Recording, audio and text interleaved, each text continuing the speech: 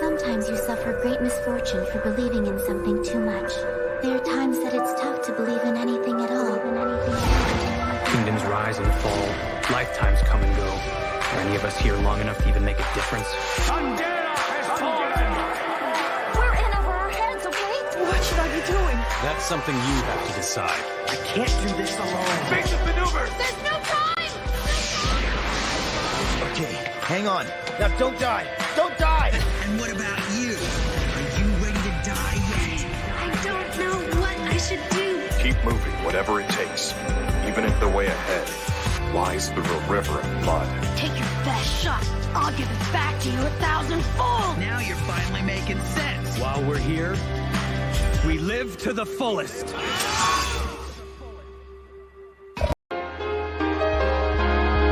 I'm not sure I get you.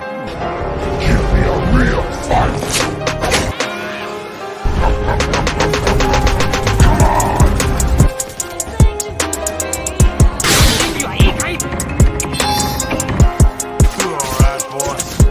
Any of you guys read that chapter in The Art of War about misdirection? You don't deserve this power.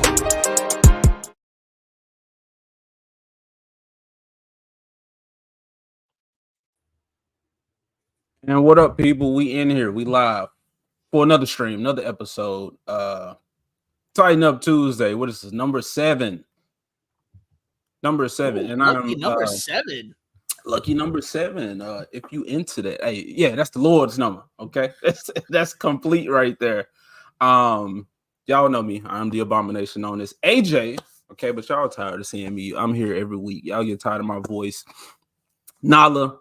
Smash Me Eyes, furry adjacent, bitching about some Disney princess, yada, yada, yada. So, to sweeten it up a little bit, I am joined by Mr. Leon, Words of Paradise. My first guest, sir. How you doing?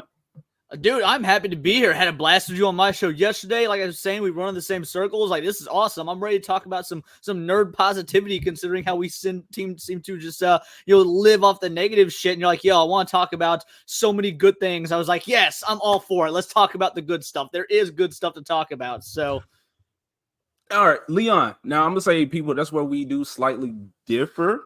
I enjoy the great shit. You know, I like all the fun, all the good stuff.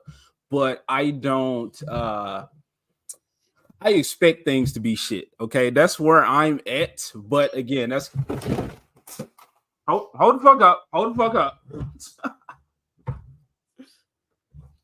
That was the Lord telling me you need to get your shit together, son. Look at me cursing and saying, Lord, hold on, where my oh, my bad, people. My bad. We good. Nothing broke. All right, but what I was saying was yeah, man, I do expect anything to come out to be a product of the times. I'm just going to expect it to be shit. But my thinking is just wait to see, give things some time, and then you can figure out if you want to go spend your money on it or not. And then, hey, man, if enough people say it's good, you trust their opinions and whatnot, then by all means, go ahead, go for it, enjoy it, consume. But don't look like the dumb fool that went there and spent this money just to bitch about it, knowing that it's probably not going to be up to par, or what we want, what we expect, what we should be getting. So we don't differ too much, but I'm broke as fuck. So no, and to add to that, even if you do, someone you trust says that something's not good. For example, I trust Vex Electronica and Mrs. Cannoli Sasquatch like implicitly, but they loathe Barbie, for example. I think Barbie, I give it a pass. Like, it's not the best thing ever, but so even then, if you just because you trust someone, you might see things that they don't see, and that comes with the difference of opinion. So even then, just I don't know, trust the people you trust, but also make sure you got room for your own thought out there. So for sure. All right, that is us. Okay, let's address the people so we can get into the topics. And after going through our topics, I was like, bro, as much as I say, like, I'm not saying fuck Japan, but it's like, I don't want to like look to them for all of our entertainment. I don't want to be so dependent on somebody else. I think Americans need to pick their nuts up and let's get to it, create, get back on top. But it seems like every topic, Japan is dominating the conversation today, or we're looking to them for the good stuff. Japan has been killing it since like the 80s, and people now are just now catching on. Is the way I was like, okay, you want to look to Japan for the good shit. They've been dropping the good shit for like 40 years now, but Netflix finally let you see it. So yeah, man, you say that, and I'm like, okay, the Yu Yu Hakusho just got announced. So it's like all of these live action remakes for anime, which I think is kind of moving into that like oversaturation where they're doing it for the normies. Mm-hmm. And that's gonna, it's gonna, I don't know, just I think leave a bad taste in people's mouths when you're trying to make it so accessible, trying to bring everybody in with this new version of a thing, as opposed to somehow getting them to just go over there and go check that out first. Well, I was a big proponent of the live action One Piece. Like even before it came out, like I was really looking forward to it just because of some of the behind the scenes stuff. I'm wanting to be positive about Yu Yu Hakusho because frankly, Yu Yu Hakusho is one of the greatest of all time. But from the trailer, man, there's some shit in the trailer that takes place in like season 2 of the anime. I'm like, ooh, One Piece did a good job about keeping a good, concise timeline of they did not try and shove too much in. I'm like, I really hope Yu Yu Hakusho is not making the mistake of going too far out, because that's the one thing that's got me worried. It's just like the narrative, how well paced it's going to be, because there's shit that I do not think should be in season 1 based on that trailer, but that's just me. Yeah, that's the same way I feel about One Piece. I didn't even finish the Netflix show though. It wasn't for me, man. Maybe I should finish it. I said I will, but I think tonally it was just so different from One Piece. To me, like all the colors were muted. I think a lot of the characters like took their roles too seriously, mainly Buggy the Clown.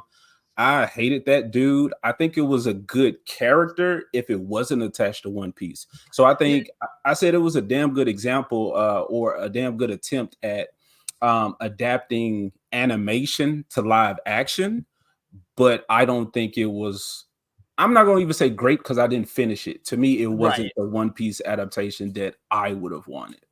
Well, I mean, I'm glad you brought up Buggy. Buggy is my favorite One Piece character. Period. In all of One Piece, Buggy is my favorite character, and he is. I still like him. I think the dude. I think the actor's doing a fine job. I like the way they made him look visually, but he is. I think the weakest in terms of being an adaptation, a counterpart to his anime or manga version. Now, again, I like what the show did with him. I'm still a proponent for the show. I think they did a good job with him, but he's the one that's adapted the weakest, which was a bummer for me with someone whose Buggy is my favorite character in the anime. That's cool because I think I'm in like the 200s of the anime. I'm in like the Sky Islands up there with. You're in the Skypiea arc. That's all. I think that's where season 2 is going to end. I think they're going to get Skypiea in season 2 of the live action because I started a rewatch, so I was almost caught up. I was in like the 900s, and then I took a break because I was like, "There's so much other anime to watch." So I took a break, and then live action One Piece came out, and I watched it, and I was like, bro, this shit was so good that because I did genuinely love it. I was like, I want to rewatch One Piece. I haven't seen the older episodes literally since they came out in 2003, 2004, whenever it was. And I was basically blown away by how much I didn't remember because it's been 20 years. And so I'm in the 300s now, 340-ish. And I was like, so much of this stuff, it was so many years ago. I'm like, wow, I forgot so much. It's great to relive it.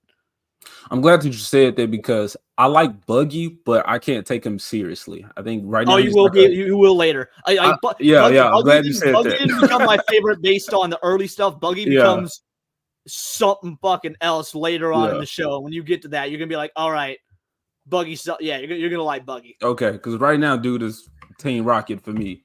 And I'm like. It's cool that you're there, but I can't take you seriously. You better not be the main threat going on. No. Buggy does without spoilers. He never becomes the main threat. He becomes a very interesting sort of like in the middle sort of character where you don't ever really know what's going on with him. Buggy gets some legit development in like the 500s and on. Okay.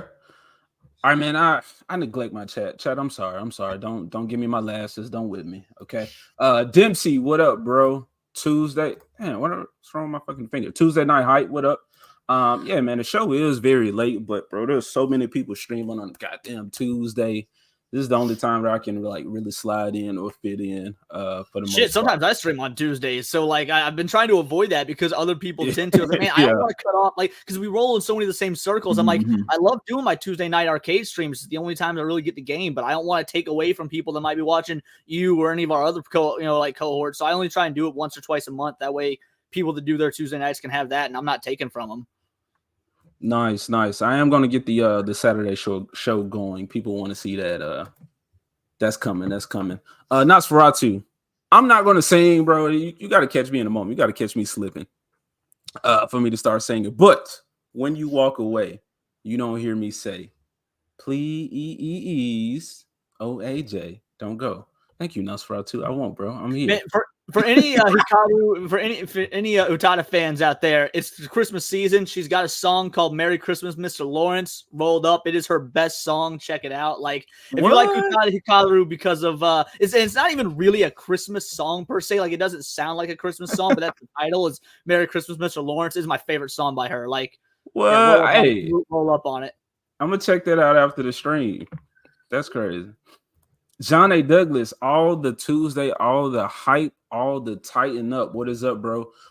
He is going to be on the stream with Left Eye Ego. So I will make sure if no mod links that, I will link that. So y'all can check that out. John, I mean, I'm surprised he's here now. I appreciate you, but it's too late. It's too late for him. You gotta hit the bed. But we'll figure something out. Get John over here. Vex, what exactly am I tightening up? Hey, that's on you. As far as the channel, I mean the stream, the point of it was to get your shit together. I mean, Monday's out the way. Tuesday, we're not Wednesday, we're not hump day yet. Okay, Shagsworth. But it is you can't stop now. You can't stop now. What you're saying is pop the earbuds in and practice your Kegels while you listen. Like do all that. I don't care what you do on the other side, okay? As long as you got a little view, as long as you're one of those numbers up there to show people watching, I'm with it. Y'all being nasty. I'm a good Christian woman. Good Christian woman. Yeah, that's what you say. That's what you say. You should be. What up, CLS? Vex with the tacos. I think he gave me a little taco emoji too, somewhere at some point. Zax. Why do I have to pull it up and look over here? This is weird. Zax is here though. Yes, What's Good Wednesday is happening tomorrow. That was another reason I wanted to do it on the show on Tuesday so that I can like help promote or tell people, hey, my man's having a show tomorrow. Go check that out. And then yada, yada, yada. So I think we do a good job this area of the internet of promoting, supporting one another. And again, trying to remember why we're here in the first place, why we consider ourselves nerds, and why we're so upset of why I consider myself a nerd because I used to get beat up in 6th grade and shoved in lockers. You really can't come back from being a nerd at that point. Like, you know, that sort of brands you for life. Hey, that sucks, bro. You at the Disney Channel high school. Yeah, like. Straight up, man. Yeah, I got the Disney Channel nerd experience without a doubt. Dang, not me, Leon. Not me, man. I was nerdy, but I was kind of like, I was cool with everybody. So I didn't. When I moved to a big city school. Like when I moved to a big city school, everyone was like, "Yeah, we're chill with everyone," which is not what you would think. But in those small town, those small town, Hick schools and whatnot, they're like, "Nah, fuck this dude who draws Goku on his time off." Like I remember being in the locker and like banging on it and being discovered by my 6th grade social studies teacher, Miss Clark. I'm like, "Man, thanks, you're my hero. You let me out of this bitch. It was getting dark." I'm not even claustrophobic. It just sucked. Look, you get bullied for drawing Dragon Ball Z, but Dragon Ball Z is like every black person's first anime. So the fact that I can draw Dragon Ball Z, yeah, that Pokemon, yeah, but that's like, like kid anime. I'm talking about like more adult shit, right? Like, ooh, they jacking good. That's what all the black folks said. So I'm in there drawing pictures. That's what you was printing out the Dragon Ball Z pictures and bringing them to school. And I was drawing them. So I'm like, I got like clout recognition or whatever for that. And then, yeah, man, in the ghetto, kids getting tattoos early. So there's like, hey, draw this for me. I'm going to get this tattoo, all this type of shit. So, yeah, man, I was, luckily, I was, I guess, talented, or people could find ways to use me for me to be cool maybe with that's everybody. What it was. They weren't upset that I was drawing Goku. They're like, this kid's a fucking awful artist. Put him in the locker, take the pencil out of his hand. That's definitely what it was. Where is AJ? AJ is here. AJ is here. What up, Flaccid?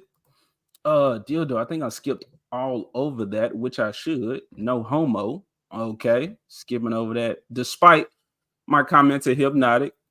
But hey, if you over here, you gay by association. It ain't me. I didn't put it on y'all. That's what everybody else doing.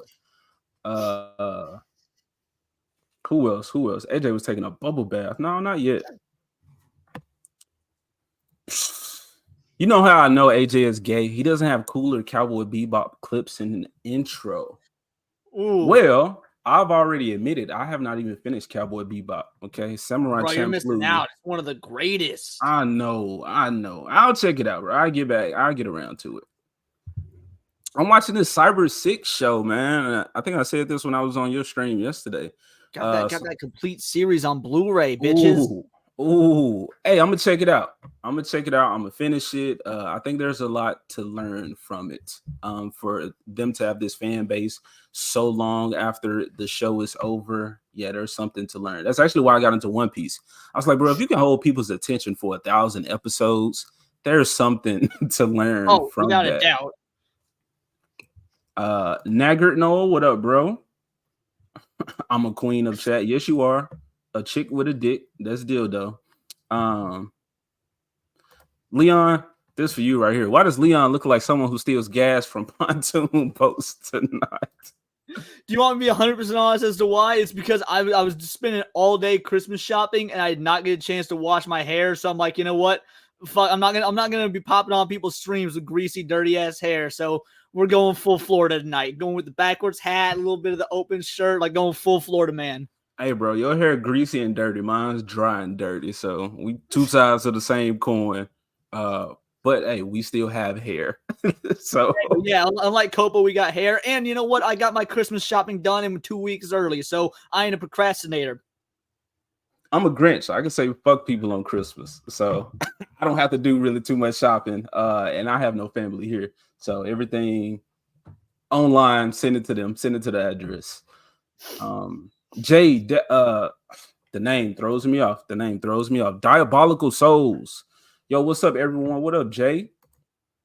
Yeah, man. On that stream on Saturday, I was saying a lot of stuff, but bro, it's because I love my goddamn Disney princesses. I wanted y'all to get to the meat of the fucking video, as opposed to them dumb broads that was on the screen. And Halle Bailey ain't too trash looking. Zegler, what's her name? Rachel Zegler. No, Yeah. to be fair though, I do have the impression of the reason. So like, here's my theory though: is that female actresses are evolving. We saw it first with Uma Thurman. Now we're seeing with Halle Bailey. Their eyes are getting so far apart so they can read both sides of the script at the same time. Like that's my theory behind why women have been looking like that lately. Now, Disney princesses are fucking great. I don't care what anyone says. Aurora, Sleeping Beauty, best princess.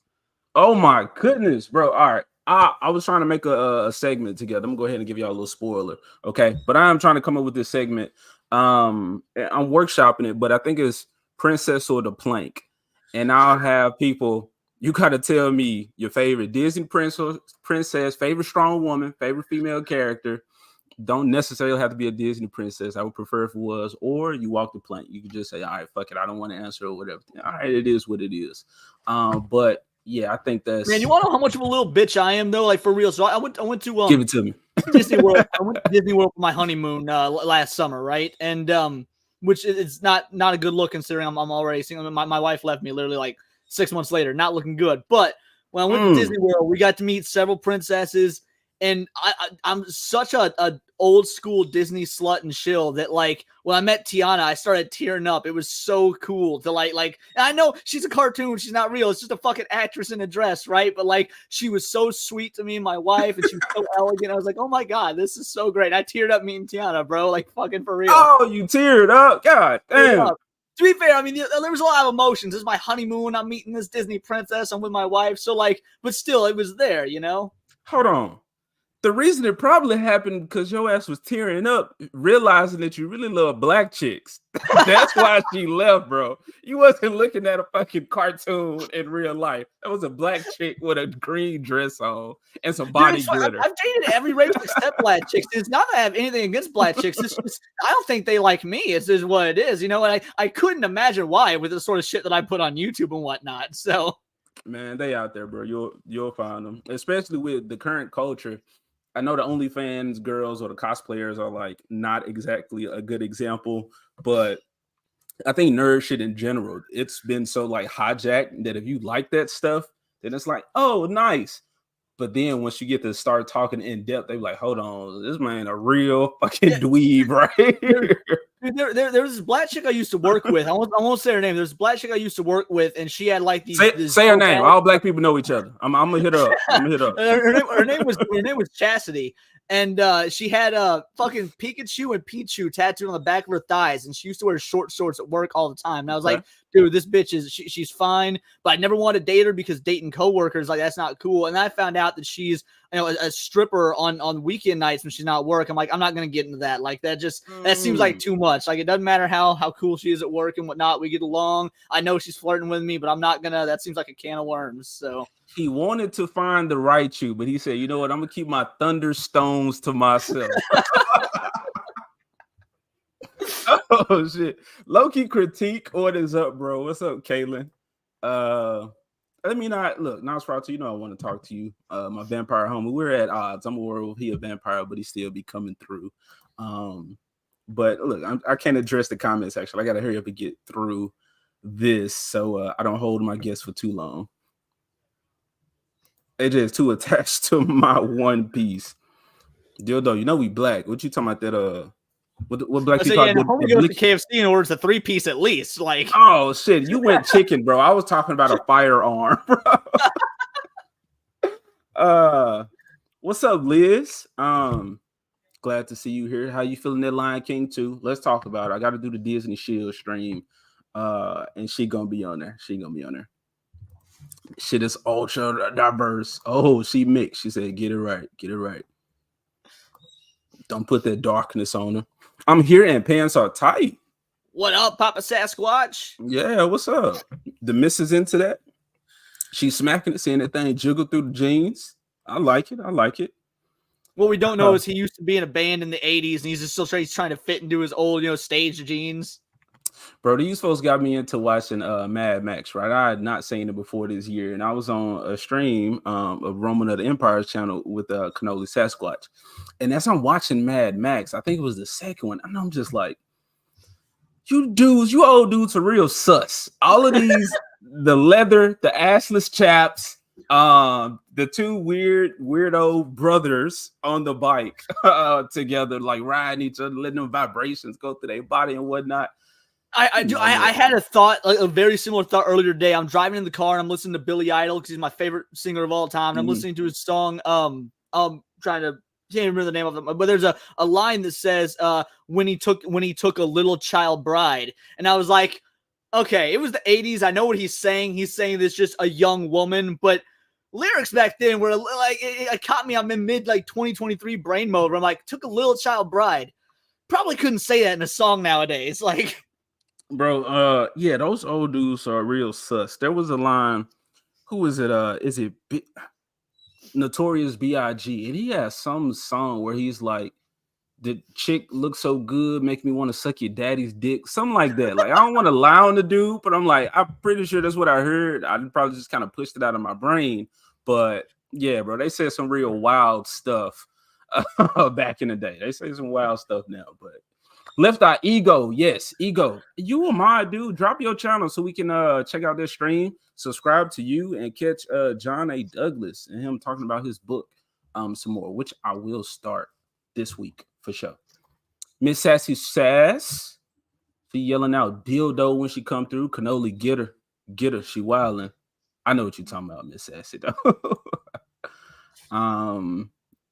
Sliss. There you go, y'all. I'm skipping through. I know y'all saying some real hot shit. Why you riding me, AJ? See there?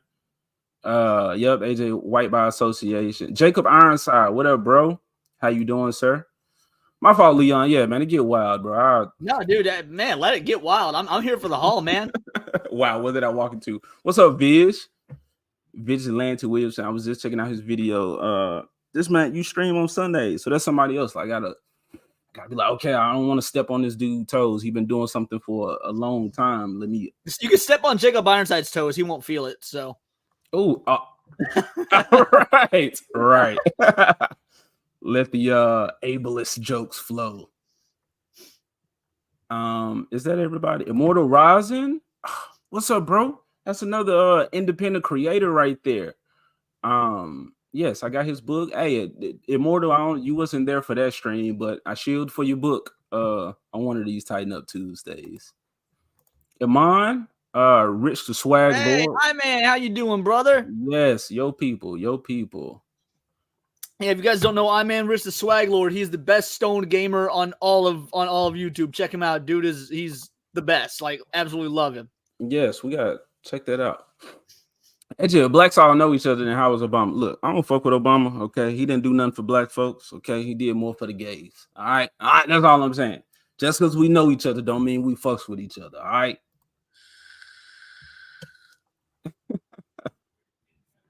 This is a gay. All right. I think that's everybody. Hold on, let me, bro. It's the Lion King shit. It's the Disney shit. Sure, AJ, we can talk about Lion King too and why you think Kovu is black.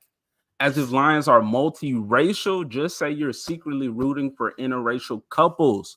Don't worry, you can join the swirl side with me. My wife is black.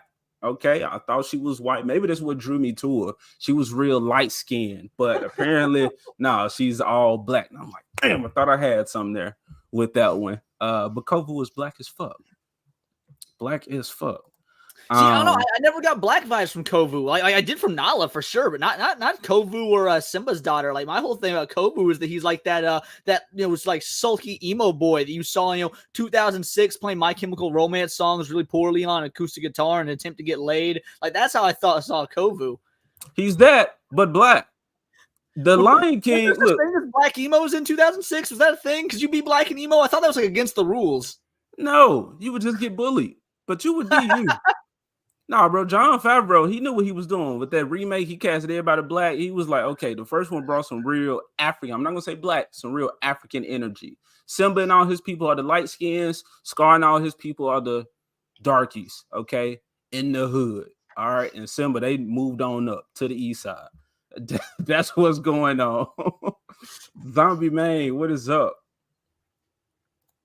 Sports to me. All right. The first one, you want to go ahead and get into the article, bro? Yeah, by all means, let's jump right in. All right, y'all. Y'all know I don't like reading too much, okay? So we'll see how far we get into this. But I wanted to talk about this because I know me and Ego on Heroes No Capes, we did a lot of talk about the Nintendo verse. That's when the Mario stuff was coming out. And you know, we kind of, which I want to pick your thoughts, pick your brain on this too. Yeah, I know. Yeah, I know this is coming out next, but what is a Nintendo property that you would have liked to have seen, or what do you think the next Nintendo verse movie should have been to come out? Listen, a lot of people say Metroid. Now, don't get me wrong, I like Metroid. I think Metroid will be cool. I don't think Nintendo would do Metroid like near the justice that they're going to do something like Zelda or Mario. Just in terms, I think Metroid's got to be dark, got to be PG-13. If anything, I think Star Fox. I think they probably should do Star Fox real soon because you've got like those fuzzy mascot characters. You can still get real action oriented with it. There's a lot of lore. I think Star Fox is the way to, plus those games, they've been dead. If you're going to reinvigorate the IP, bring out a banger Star Fox movie to get people all interested in it, introduce the young kids, then put out a Star Wars game, you're basically double dipping in that money. I agree with that 100%, but I think the writing that I saw from the Mario movie, I don't want to see that level. No. For Star Fox, you got to have a legit story. Like Mario, man, you can get away with barely having a story for the first Mario movie. I don't even think you can get away with it for the sequel. They're going to have to legit go in on a story for the sequel. But yeah, for Zelda, Metroid, Star Fox, you're gonna need some legit story writing rather than just coasting on, hey, we remember growing up with Mario. Yeah, man. I definitely want the Star Fox. Me being all furry adjacent and whatnot. Okay. I'm not into the whole space, like actual like jets and like the military, like planes fighting and stuff and all that. But I think that's a way you can get the cool animal looking characters. Okay, so kids are definitely going to be drawn into it. The lore, it's much more expansive than a Mario is. So you'll get people intrigued or invested in the story with that, as well as the space, the piloting fights and whatnot. You can get a lot of Star Wars energy with that. Hot take, but The Last Jedi, while the movie was trash, I understand what people mean by movie going experience, because that was my first time watching a Star Wars movie in theaters where I actually knew what was going on. I think me and you kind of grew up with the prequels, so I would watch them in theaters, but I mean, I was just like dudes with powers and cool swords fighting each other in powers. And I like Jar Jar. I like the cool alien. I to this day, I'm a Jar Jar defender, straight up. Like he's not the best part, don't get me wrong, but like I think that people go way too hard on Jar Jar because he's like low hanging fruit. Like the way we make fun of, I know I'm guilty of this. I make fun of liberal comedians for making fun of Trump. They're all because I'm like, that's low hanging fruit. Anyone can do that. Because, you know, there's just such easy material. That's how I feel about Jar Jar. Anyone can make fun of Jar Jar. It's a lot harder to find the positives of Jar Jar, but they do exist. Yeah, man, I enjoy Jar Jar. Now I do kind of hate his guts. He's annoying, but I do like his people. I like the Gungans. That's one of the few Star Wars aliens where I feel like, okay, this is an actual, I don't mean attractive, like I would like to smash Jar Jar or a Gungan with the swamp pussy or whatnot, but I'm saying it looks like a creature that I could take seriously, as opposed to the ball chin characters or all of those just horrible looking Star Wars aliens, bro. They fucking I can't do it. Watto, I like Watto, but yeah, he is. I like Watto. But he does. Watto's species, they look like something that's sentient that could be out there. That's as opposed to a lot of the other stuff in Star Wars. But Yeah, man, I think you can get a lot of that energy with Star Wars as well as like a Guardians of the Galaxy with the space fighting. Well, and from an animation perspective, when you look at like Detective Pikachu and Sonic the Hedgehog, if you use that animation style to where it's more hyper realistic, you can see all the fur and whatnot, so that like it's legit believable. I think if you went with that Detective Pikachu style or Sonic style animation, you got a real good looking Star Fox movie. Yeah, for sure, man. I hate that the Pokemon movie was. I hate it was so goddamn terrible. Really? I love Detective Pikachu. I do. I straight up, I love Detective Pikachu. Like, it's not necessarily a good movie, but I think it's look, Pokemon's never exactly been good in terms of its story. No matter if it's games, if it's anime. Like, I love Pokemon, but the only good stories are the manga. Stop it. Okay, I've read some of the manga. I'm not super invested in it, but Pokemon, the movies 1, 2, and 3. Come on now, those were pretty great. All right. 1, 2, and 3 are good. That's fair. You gotta remember, there's been like 27 Pokemon movies in this. Agreed. 1, 2, and 3 are great, and 4 and 5 are even okay. But everything after that, I just sort of I fell off of. I've seen a lot of them, but I just can't do them anymore. But yeah, 1 through 3 are legit awesome. Okay, that's 1 and 2 in theaters. Yeah, it could have been. I think 1 was. Man, 1 was crazy because that's when they did you have the Burger King, like the gold Pokemon cards that come? Yeah, so that was around that time. Yeah, I saw 1 in theaters. I don't know if I saw 2 and 3 in theaters. Maybe 2. I think 3 was. I think the only ones that were the first 2. I saw the second one at the drive-in, and it was super cool. I think it was my very first drive-in experience was Pokemon 2000, and it was life-changing. Mm-hmm. Actually, I didn't see it in theaters. I remember getting that one straight on the VHS. But anyway, saw the first one. Yeah, man, I think the Pokemon movies, the animated movies were great. That Detective Pikachu movie was terrible. I was tired of I didn't want to hear Ryan Reynolds' voice. Now I'm getting tired of Chris Pratt's voice from hearing him and Mario and now the Garfield. Yeah, I'm like, I haven't heard him as Garfield yet. Is he like I like him as Mario? I really do. Like I was a hardcore Chris Pratt defender because I didn't have a Nintendo 64 growing up. My buddies did, and I would play it at their house. But like my first, I went straight from the Super Nintendo to the GameCube. But I grew up watching the Super Mario Bros. Super Show, like the cartoon where Mario was like just like a Brooklyn tough guy. And so when I heard that, to me, that's my Mario. Like, no shade to Charles Martinet. I love Charles Martinet. He's great. But my Mario I grew up on was the cartoon Mario. So hearing Chris Pratt, I was like, yeah, this works. Like, so I was a big Chris Pratt Mario fan, like from the beginning. Yeah, same here. But again, hearing Garfield now, it's just like, okay, you're not really trying with this. And he doesn't have a personality like Ryan Reynolds, where his dialogue can make you more invested in that character. Chris Pratt is just fucking talking, and I'm tired of it already. All right, man, let's hurry up and get to this. The Legend of Zelda movie gets far more exciting as update teases a perfect live action adaptation. Westball's latest update on Legend of Zelda film brings optimism for the adaptation success, especially with this inspiration for the story. I think this has been out for a while. I had kind of heard about this before, but I love The Legend of Zelda. I love the franchise. But again, from what happened with Mario, I really have no hopes for this.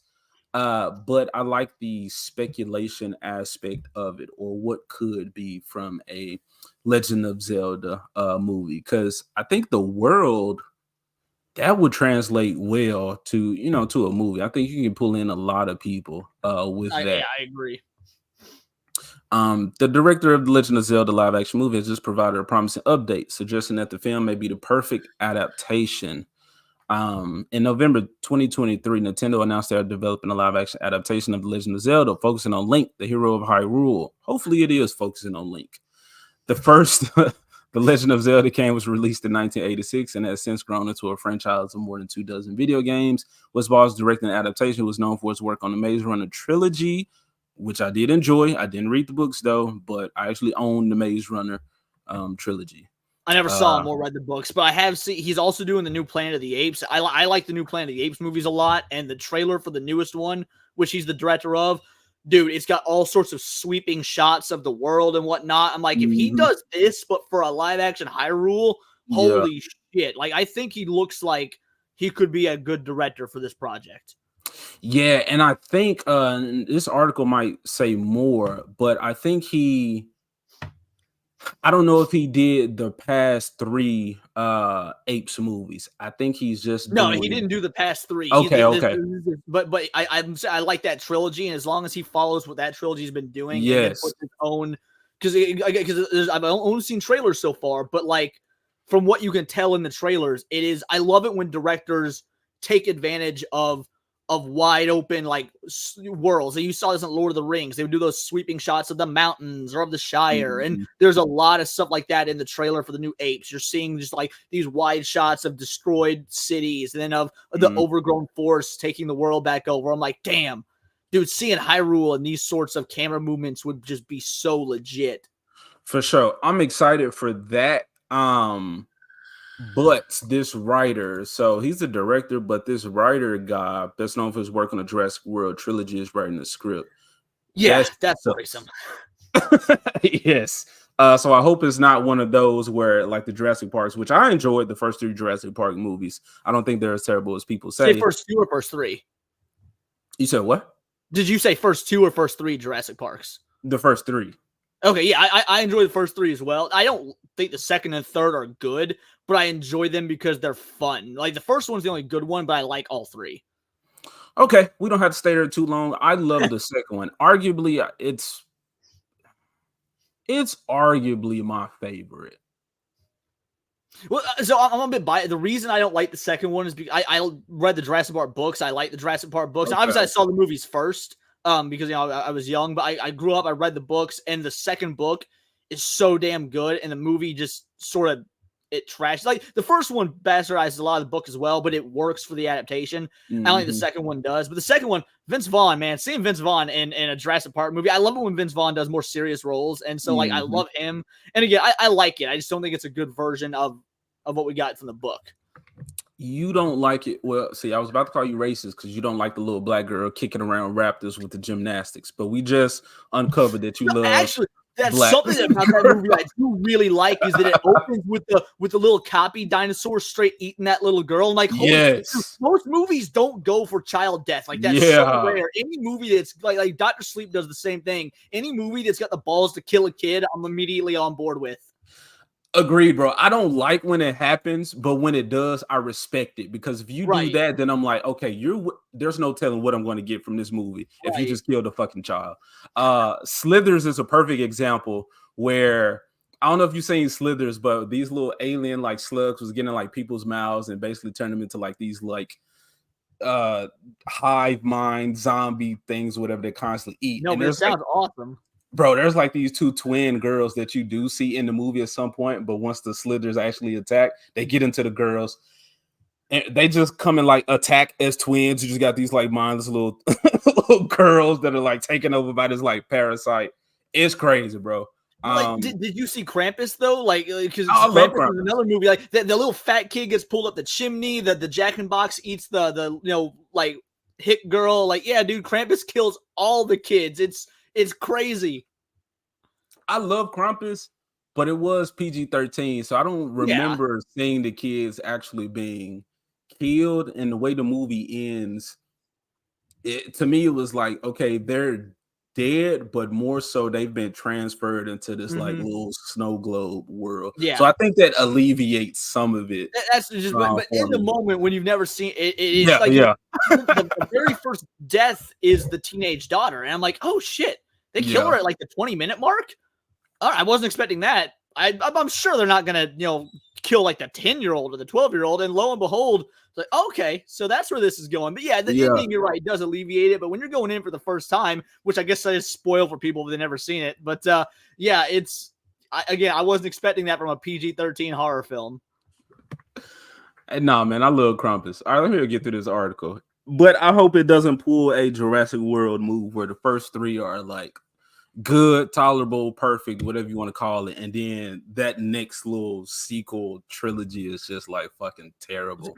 I will say, here's why I have hope with this director or this writer. I mean, so Jurassic Park is one of those things that, again, I like the second and third, but really the only one that I find good is the first one because there's not a whole lot of places you can go after that first movie, like story-wise, in my opinion. Like it shouldn't have sequels to begin with, so it was just Hollywood cash grabs. Whereas Zelda's got literally 40 years of lore. If this Yeah. writer, if he does his research and he pulls from the lore, then maybe we're going to see something better than him being like, fuck, I guess I'll just write something for Jurassic Park, even though there's nowhere to go because they're paying me a lot of money. So that's my hope. Man, I got my own little fan theories on how I wanted the Jurassic World series to go. Real quick, I'm gonna say that little clone girl, I was not opposed to that idea. That's what actually happened in that Me Too movie. The doctor was trying to clone his dead daughter. Mm-hmm. So I was like, okay, we can work with this. I think the daughter should have had more of a connection with those clone dinosaurs, damn near on some telepathy. And you see her kind of like working with the dinosaurs, Chris Pratt's influence of like working with the raptors. It's like, oh, okay, she's doing that, but strong women. Okay, she's talking to all the damn dinosaurs out there, maybe even able to quell the Giganotosaurus or some of the bigger dinosaurs or whatnot. And then she should have helped them lead an army. When I saw Chris Pratt on those motorcycles with those raptors, I thought they was riding with him and they was going to attack some shit. Real clones versus Dr. Wu's hybrids, evil hybrids. And Chris So you Pratt literally wanted Pokemon the movie, but Jurassic Park is what I'm getting. Like, I mean, I'm not mad at it. That's better. Hey. That would have anything would have been better than what we got. So yeah, by all means. I'm like, look, just go crazy with it. Just fuck it. Let's not take this more serious. You're on the sixth Jurassic Park movie at this point. Like Final Fantasy, Fast and Furious knows at this point, man, people are gonna go see him anyway. They may as well go ridiculous with it. Jurassic Park needs to do the same thing, but instead they take it too seriously. Like, nah, we're gonna be a serious attempt at some commentary and lessons in a dinosaur movie. Like, you're on the fifth and sixth movies. Just go ham. Dinosaurs in fucking space for all I care. Oh shit. Yeah, I get you. Pterodactyls, they've somehow adapted to where their lungs allow them to fly higher and higher. And they don't tell them what happens. But yeah, man, I think they should have just went ridiculous. And they could have pulled in a lot more people because we've been like, okay, well, this movie knew it was retarded. It just kind of leaned into that. All right, concerns have arisen regarding the potential success of the Legend of Zelda adaptation, with a particular emphasis on preserving the essence of the original games and avoiding a darker tone like The Lord of the Rings or Game of Thrones. There is also worry that the developers will deviate from source material, potentially creating unfamiliar and unwanted narrative for lovers of the game. However, the latest update from Ball instills confidence in The Legend of Zelda's adaptation. Long story short, this dude is inspired by the Miyazaki films and is trying to bring that type of energy to the world. I think that's enough reading on that. That's basically what this is. Y'all can go read the fucking article. Okay, it's from Screen Rant. There you go. But yeah, Miyazaki fan, you, Leon, how you feel about that? What does that look like to you? Is this a success in just by what they're pitching so far? I mean, so first of all, there was a Miyazaki inspired trailer that was obviously fan made that hit YouTube a few weeks ago that everyone adored, and rightfully so. It looked great, but like Zelda is very similar to Miyazaki in that like it's a very bright, colorful, whimsical world, but there's still stakes. It's still adults can still appreciate it just like children can. So yeah, I think going with a Miyazaki influence is a good way to go about it. Like, look, not all Miyazaki films are like Kiki's Delivery Service, which is very lighthearted all the way through. That's my favorite. But also, there's people that like Princess Mononoke or like Nausicaa Valley of the Wind, and like I think that's the right level of for both children and adults that should they should straddle that line. So if that's where he's taking his inspiration is from the more like edgy but still family friendly sort of Miyazaki style, I think that's perfect for Zelda. Twilight Princess was rated T for teen, which was unheard of for Zelda at the time it came out. Like if you want to go that route, then it's not like Nintendo hasn't done it already. So and again, Nintendo is very, very protective of their IPs, so they're going to have a lot of influence on this film.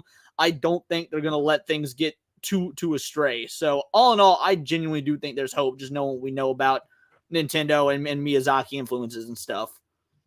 I think there's definitely hope for it. By it being a Zelda movie, that's a win right there. If your inspiration of Miyazaki kind of shows through with this, that's another win. That should make it perfect. As far as things being affected by the times, I think we will see Zelda have a more prominent role, I guess. She won't be someone that's just like waiting for Link to kind of help. But at the same time, I don't think there's anything wrong with that. My favorite I do Zelda fuck game. women. No, I'm sorry. Go on. Yeah, smash, No. smash. I don't see anything definitely wrong with that. I think it's more so like I was telling you with the Mario, is like, okay, we can have strong woman at the same time. Are we going to disrespect the male at the same time? Right. That's when I definitely have an issue with it. But yeah, my favorite one was Twilight Princess, but I'm biased because he turned into a fucking wolf. So I'm like, I got Twilight Princess werewolf is Link. arguably my favorite 3D one as well. I feel you. Yeah, and then it came out on the Wii, so it had the motion control. So I was actually standing up with my nunchuck, my shield, bashing motherfuckers in the face with my Wii remote, like swinging it around. So I think that added a whole nother level of like gameplay to the game that made it more immersive. It's a word I think I'm looking for. I love a boy and his dog stories. So like a person with an animal. That's a big appeal to me of like the Legend of the Avatar series. I don't know if you watch those, but yes, like the movies or the Last Airbender. The Last Airbender and Korra. Yeah. Who from our generation has like? I'm gonna be real. So I like Avatar: The Last Airbender. I didn't see it growing up. I didn't see it until I was an adult, so I'm not near as nostalgic for it. So I appreciate it more than I like full on love it. But yeah, no, Avatar, no one's gonna deny it. It's great, but. Yeah, so seeing Link and Epona, I want to see some of that energy. Like, this is my trusty steed that's like taking me on this journey. I would not be able to make it as far or even, let's say, get to the final boss or wherever if it wasn't for her. So I want to see some of that.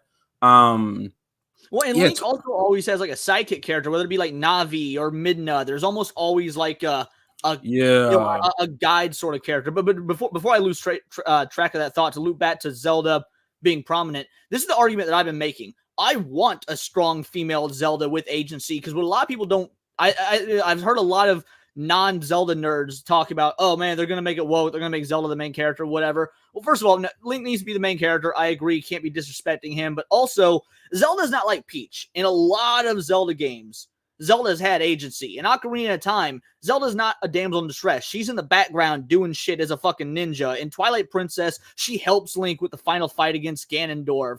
She sacrifices herself for Midna. In Zelda Spirit Tracks, she dies at the beginning, but then she goes along the adventure with Link as a spirit. Like, Zelda in half, if not more than half of the games, isn't just waiting for Link to save her. She is doing shit to help the adventure from behind the scenes. So give us that strong Zelda. Just don't have her overshadow Link.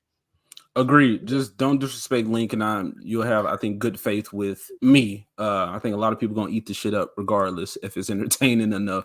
But yeah, I think it'll be respectful if they handled it that way, especially being a Smash Bros player. Like, Zelda is a fucking beast, bro. Like, I don't play with Zelda, but dude, I do occasionally. Like my main is Ganondorf, but like Zelda's a beast. Back in Melee, Sheik was arguably the best character in the game. She's one of the top 4 characters. She won a bunch of tournaments. Like, Zelda's kind of always been OP in fucking Smash Bros. So yeah.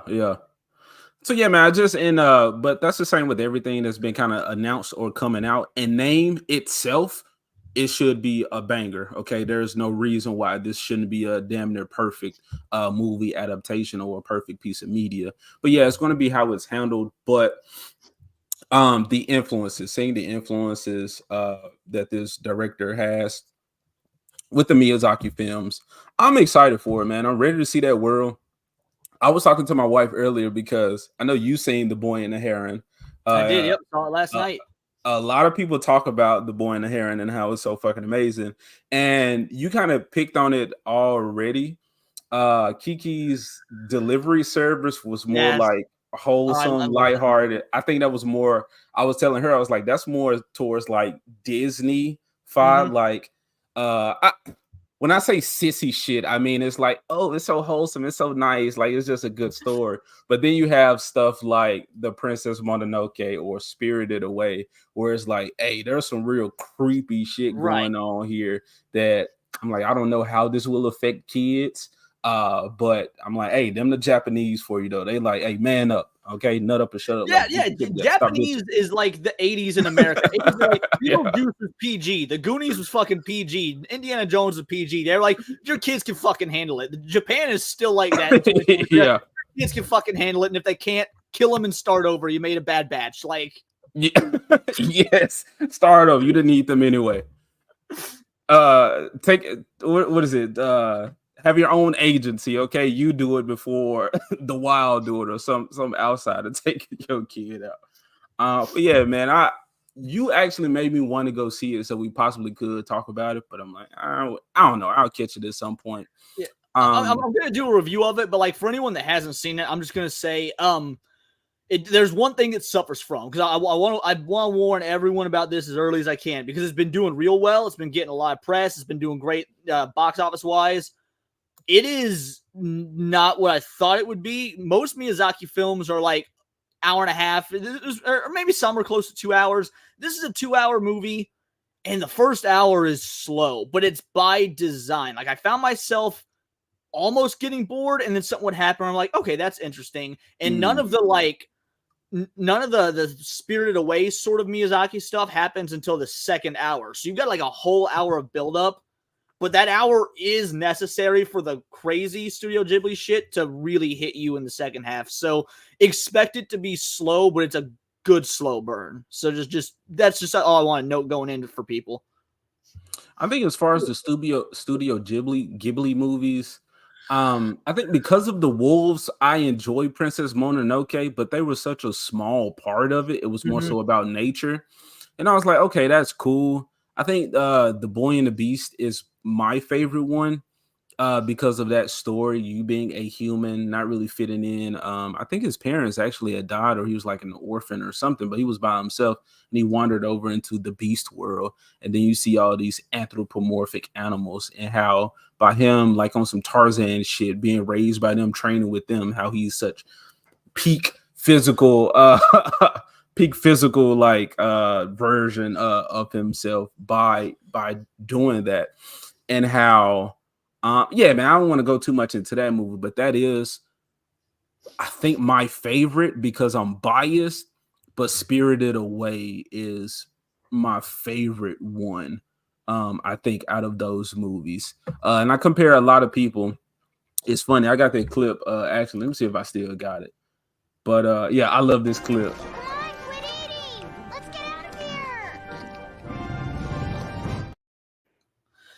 Dude, the animation was just, that's still so gorgeous. It still holds up so well. And like I don't know, I'm odd in that my obviously, again, my favorite's Kiki. I've said that. My second favorite is The Wind Rises, which came out in 2013. And that's just like, it's not a traditional Ghibli film. It's not one I ever hear anyone say is their favorite because it's very realistic. It's a cartoon version of the guy that invented the planes that would go on to be the planes used for like kamikaze bombings in World War II and like how he deals with that. But I haven't seen that movie. Oh, dude, The Wind Rises is so good, but it's not your typical Ghibli film. And I think that's why people don't talk about it as much. But man, I love it. All right, Perfect Blue. I see you, Dempsey. I see you, Nas. That's one of my top 5 favorite films of all time. No exaggeration. Perfect Blue is one of my top 5 favorite films ever made. Excellent pick. Bro, let me go ahead and pull that up right now before I forget about it. Perfect Blue, and Utada got a Christmas song that I need to check out. Perfect Blue will fuck with your head. It is an anime horror film, psychological horror film. Like it's be in the right headspace if you're gonna watch it. It's one of those movies that you're not even really gonna understand until you see it 2 or 3 times, or at least I didn't. Like that movie is a lot. It'll take a toll on you. I showed it to my buddy and it fucked him up.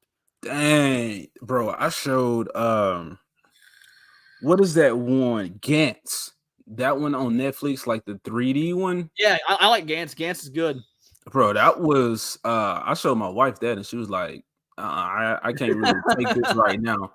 That was a bunch of crazy, like, and that's what I mean by like Japanese culture and what they claim is a demon is so much more crazier than our little horned red guy with maybe some goat feet or some shit. They like, oh, bro, that's kid shit right there.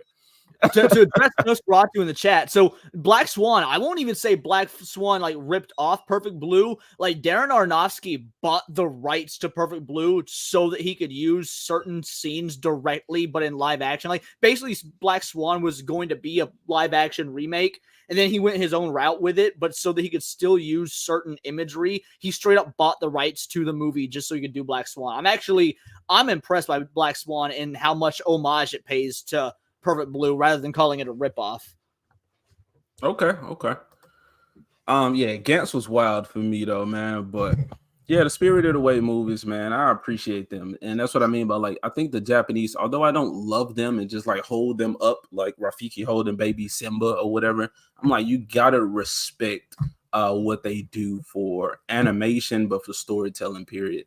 And putting some respect on animation. Like, this is not a kid's medium. These are not just fucking cartoons that adults should easily dismiss or just put on for your child to entertain them while you leave the room and go do something. Like, there's some real storytelling. And that's kind of the crux of modern Disney, is that's what like leaving out all the ideology stuff that our side always complains about. Even if that shit wasn't there, so much of it does just seem like filler to have the TV babysit your kids. As like I'm gonna be real. Like I saw Turning Red because everyone was like, so many Republicans and whatnot were throwing like, oh, Turning Red is so bad for your children. I watched Turning Red. It sucked. It didn't suck because of like the ideological stuff they claimed was in it. It was filler. I didn't. And you would think that an anime fan, a weeb like me, would love something like that given the subject matter, but there was no heart to it or anything. I didn't feel like they cared about the movie. I felt like they cared about making a buck, which that's not how you felt when you watch, something like The Lion King back in the day. Yeah, man, I didn't watch Turning Red. That was another topic that I wanted to bring up, or I thought to bring up, but I really don't give a shit about. But like Luca, Turning Red, and Soul was like coming out to theaters or whatever. I didn't watch Luca. I hate Soul, and there was some things about Turning Red that were interesting. I still haven't seen it. I will check it out at some point. But I'm like, these movies, I don't even know what Luca is. I think Soul's all right. I've never even heard of Luca. I'm gonna be real. I must have missed that somehow. Yeah, like some little what is it, siren, little lagoon boy, little sea monster, little kids, and this isn't ringing a bell at all for me. It kind of a boy, Little Mermaid. That's what I'll say. I think when they're in the water, they're the sea creatures, but outside of it, like when they're dry, they're like regular people or whatever. But anyway, I don't really care for any of those. And I was having this conversation with Vex, but I think there was a time period, I think it was around like from 2009 to current day, Disney focused before actually now, like maybe 2009 to like 2019, 2020, Disney focused on the live action remakes as well as strong female characters. Now, they've always had their Disney princesses and focused on that or whatever, but you could just see how Disney plus like other companies, other studios were doing the same shit, like The Legend of Korra or like some of the DC movies. They focused on Legend of Korra. I won't even lie. I know it's blasphemous. I like Legend because I didn't see Legend of Korra or Avatar till I was an adult. I like Korra better. Oh, yeah, that's hot fucking take, but hot. I think Avatar has a better story, but bro, the choreography in Korra is so damn incredible. Like, in my opinion, the choreography and the animation is so visually pleasing in a way that Avatar just doesn't quite scratch that itch for me. I will give that to you, but I think that should be expected of a company. You came out with a banger that is Legend of Avatar. With time, I would hope that you get better and figure out how to do what you did times like 2 times 3 times 4. So I see the chat already freaking out. Chat, I said I know Avatar has a better story, but remember, I didn't grow up with Avatar. I didn't see either one until about 2 years ago. So, bro, yeah, Korra is. It's not terrible. I love Korra. I think the only thing bad about Korra is the protagonist herself. Korra's a bitch. Like Korra's a bitch. But you can't tell me that Bolin doesn't make up for that. I love Bolin, bro. And Bolin had a fucking a ferret, bro. I had ferrets, so I was like, bro, me and Bolin, we on the same page. And then he come out with the lava bending. So I'm like, bro, god damn, Mako. I like Mako. Bro, my dog named Mako. I'm not gonna go with it. I'm a big ass Avatar like simp. But yeah, bro, Leon liked the black chick, so that's why he likes Korra. She was brown. She was enough. He said she's brown, but she still got long, straight hair. So it's the best of both worlds. And she in the cold. Nah, man, I like Korra, but yeah, bro. All right, the Studio Ghibli influence of the Legend of Zelda movie. I hope it's good, man. I hope it's good. Again, I'm not going to pay my money to go see it because I feel like, okay, well, I don't need to. That it's not going to make or break the company if I don't go see it. Right. See, But yeah, I'm thought just it was one of those movies that you did like, at least for me, is like I want to experience that level of animation quality in a theater. I want the lights out. I want to make sure that I don't have a phone as a distraction. I want to make sure that I don't have the option to just pause it to take a piss. Those sort of movies that have these just ultra fantastical worlds, I want to get lost in, and I feel like for me, I need that theatrical experience to really take it to the next level. So it's not so much so like, because a lot of people, have made like, hey, to show Hollywood this is what we want, spend your money on it. And I agree with that mentality, but that's not why I spent money on this movie. I want to get lost in a Miyazaki world, and the best way to do that is in a big screen in a dark room with zero distractions. okay. I can understand that. I think it's more so of because I'm also spending my time. So it's like I'm spending money and then I'm going out to a place to where I'm kind of restricted. I have to spend all this money on like snacks and shit. Not really, bro. I got the utility pack. Okay, not a fanny pack. Man, shit. It's called a utility pack. I'll stash my snacks in there and like I'm good. But it's more so just being around people. I get weird around people that I don't know. I do have a degree of social anxiety. You couldn't tell, but I'm just like, I do a lot of people watching. What is this person doing? What is this person doing? I don't want to have to go through that to watch a movie. I'd rather be comfortable in my own little space, doing my thing and enjoying it. And that way I can, I don't have to be influenced by the crowd around me or by the theater experience. Like I said, bro, I hated to admit earlier that I love the theater experience of The Last Jedi because I'm like, that was a shit movie. Right. But being in there knowing the politics of the Star Wars universe now, all these characters, what they mean to one another, as well as the actual space fights with the ships. And when you hear the TIE fighters, like that type of shit I think that does leave an impact. So I understand that. But I think it does influence a lot of people's decision about what the movie actually was. Yeah, you should always go back 3 to 6 months later, once it's come out on DVD or whatever, and rewatch it and see if you get at least a similar emotion or whatnot. Like, for example, in 2023, we've had a lot of good and a lot of bad. I'm a massive Indiana Jones fan. The Indiana Jones trilogy is my favorite trilogy of movies of all time, bar none. I like Star Wars more as an IP, but when it comes to just movies, Indiana Jones is my favorite trilogy ever made. So when Indiana Jones 5 came out, obviously I was like, look, this I know this is going to be trash, but I want to go in with an open mind. I want to enjoy it. It is quite literally my least favorite film ever made. Like it's not the worst movie, but it's my least favorite film ever made. And I'm like, okay, I need to give it a few months, do a rewatch, and see if I still feel that way. Well, I'm about to be doing that rewatch here in the next few weeks once it drops on streaming, and I bet I'm still going to feel that way because like nothing was more disappointing for me. I think it's the most disappointed I've ever been seeing a movie in my life was Indiana Jones 5. All right, man, I want you to address this comment. Did you say that you did watch The Last Airbender? Yeah, I'm saying I didn't grow up with it. I watched both for the first time last year. Both? Yeah, and Avatar is a better story. Avatar is objectively a better product. But visually, which is that's to me, I enjoyed watching Korra more. I got more enjoyment out of watching Korra, even though I know that Avatar is better. If you were to put pen to paper and do an analysis, Avatar is better. But I enjoyed watching Korra more just because of the spectacle of the choreography and animation and stuff. And I would say that about Korra. I think that's one of those things that was affected by the times.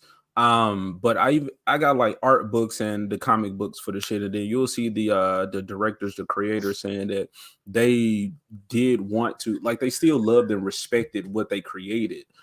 So it was influenced. Nickelodeon did make them put these certain like aspects in the story.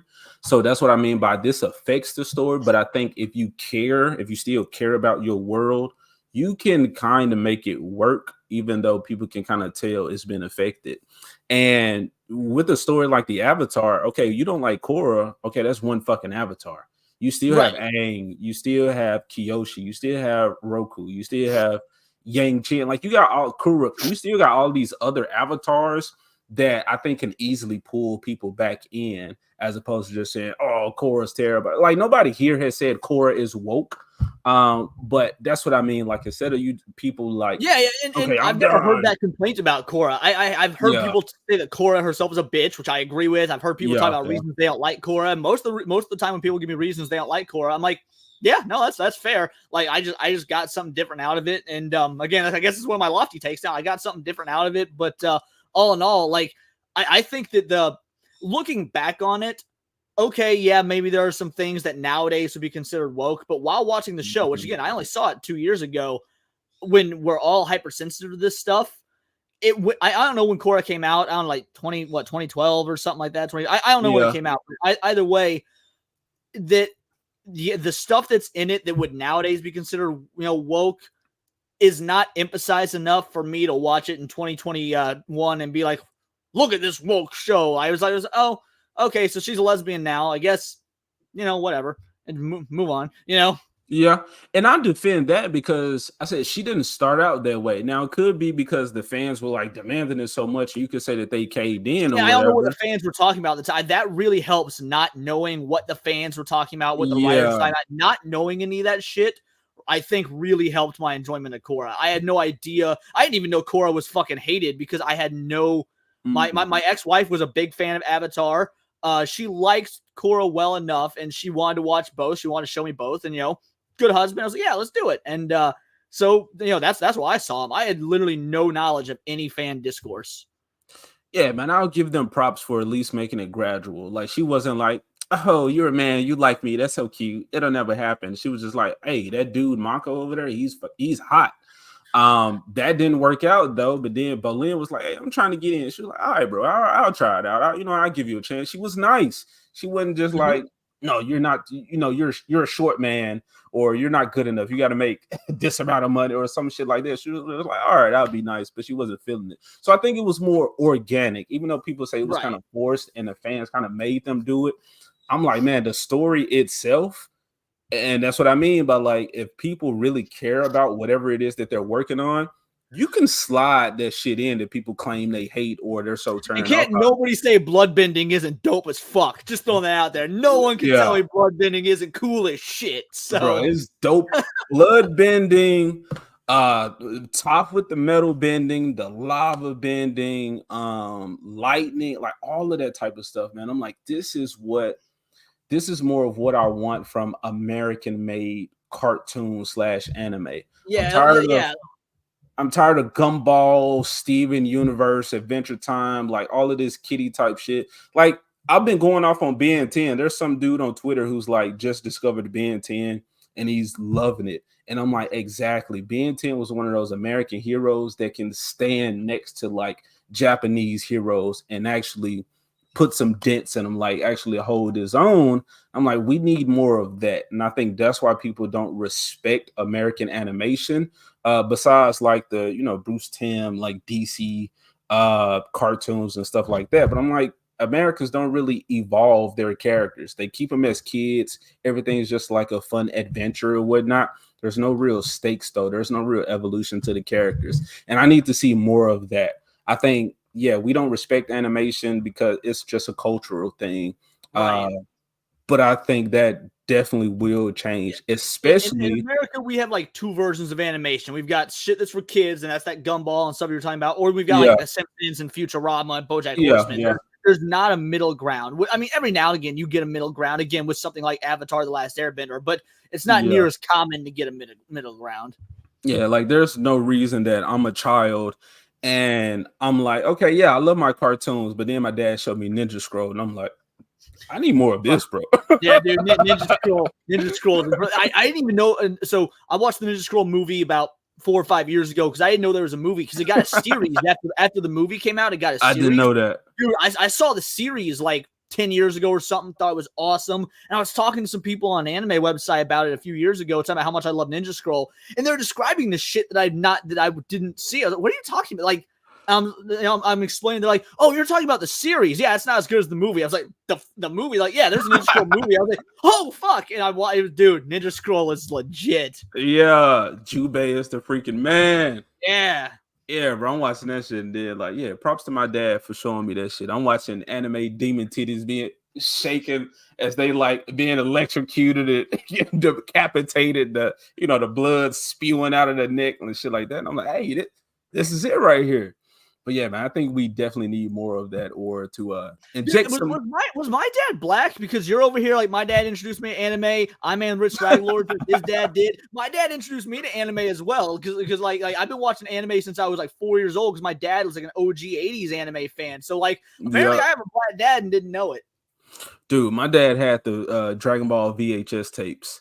And so did mine. Yeah, the ones where they put on the shelf and then it formed like make the picture. Yep. Yeah. So I was like that, bro. And I'm like, hey, Dad, let me get episode this of like that Boo arc or, what I'm saying, this Freeze arc or whatever. You're like, no, you ain't touching my shit, bro. You can watch it right here in my room. But yeah, man, those were the good days.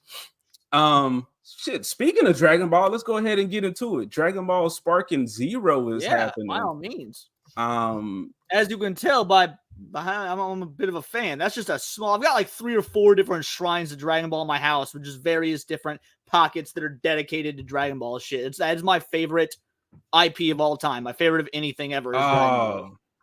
Bro, that's hot right there. You saw my avatar and you was like, hold on, dude, is that like inspired by Super Saiyan 4? Yeah, and that is definitely what I want to do with my project. I definitely want to make it so separate that it becomes its own thing. But people who grew up watching some of the same things that I did be like, oh, he definitely took that from this, or he was inspired by that. So when you saw that, bro, I'm be honest, like it made me feel real good. And I'm like, okay, it is already giving off that energy that I want, because I think, and I don't know if it's ego or what, but I think Akira Toriyama dropped the ball with Super when he went with that colored hair shit and just dismissed Super Saiyan 4.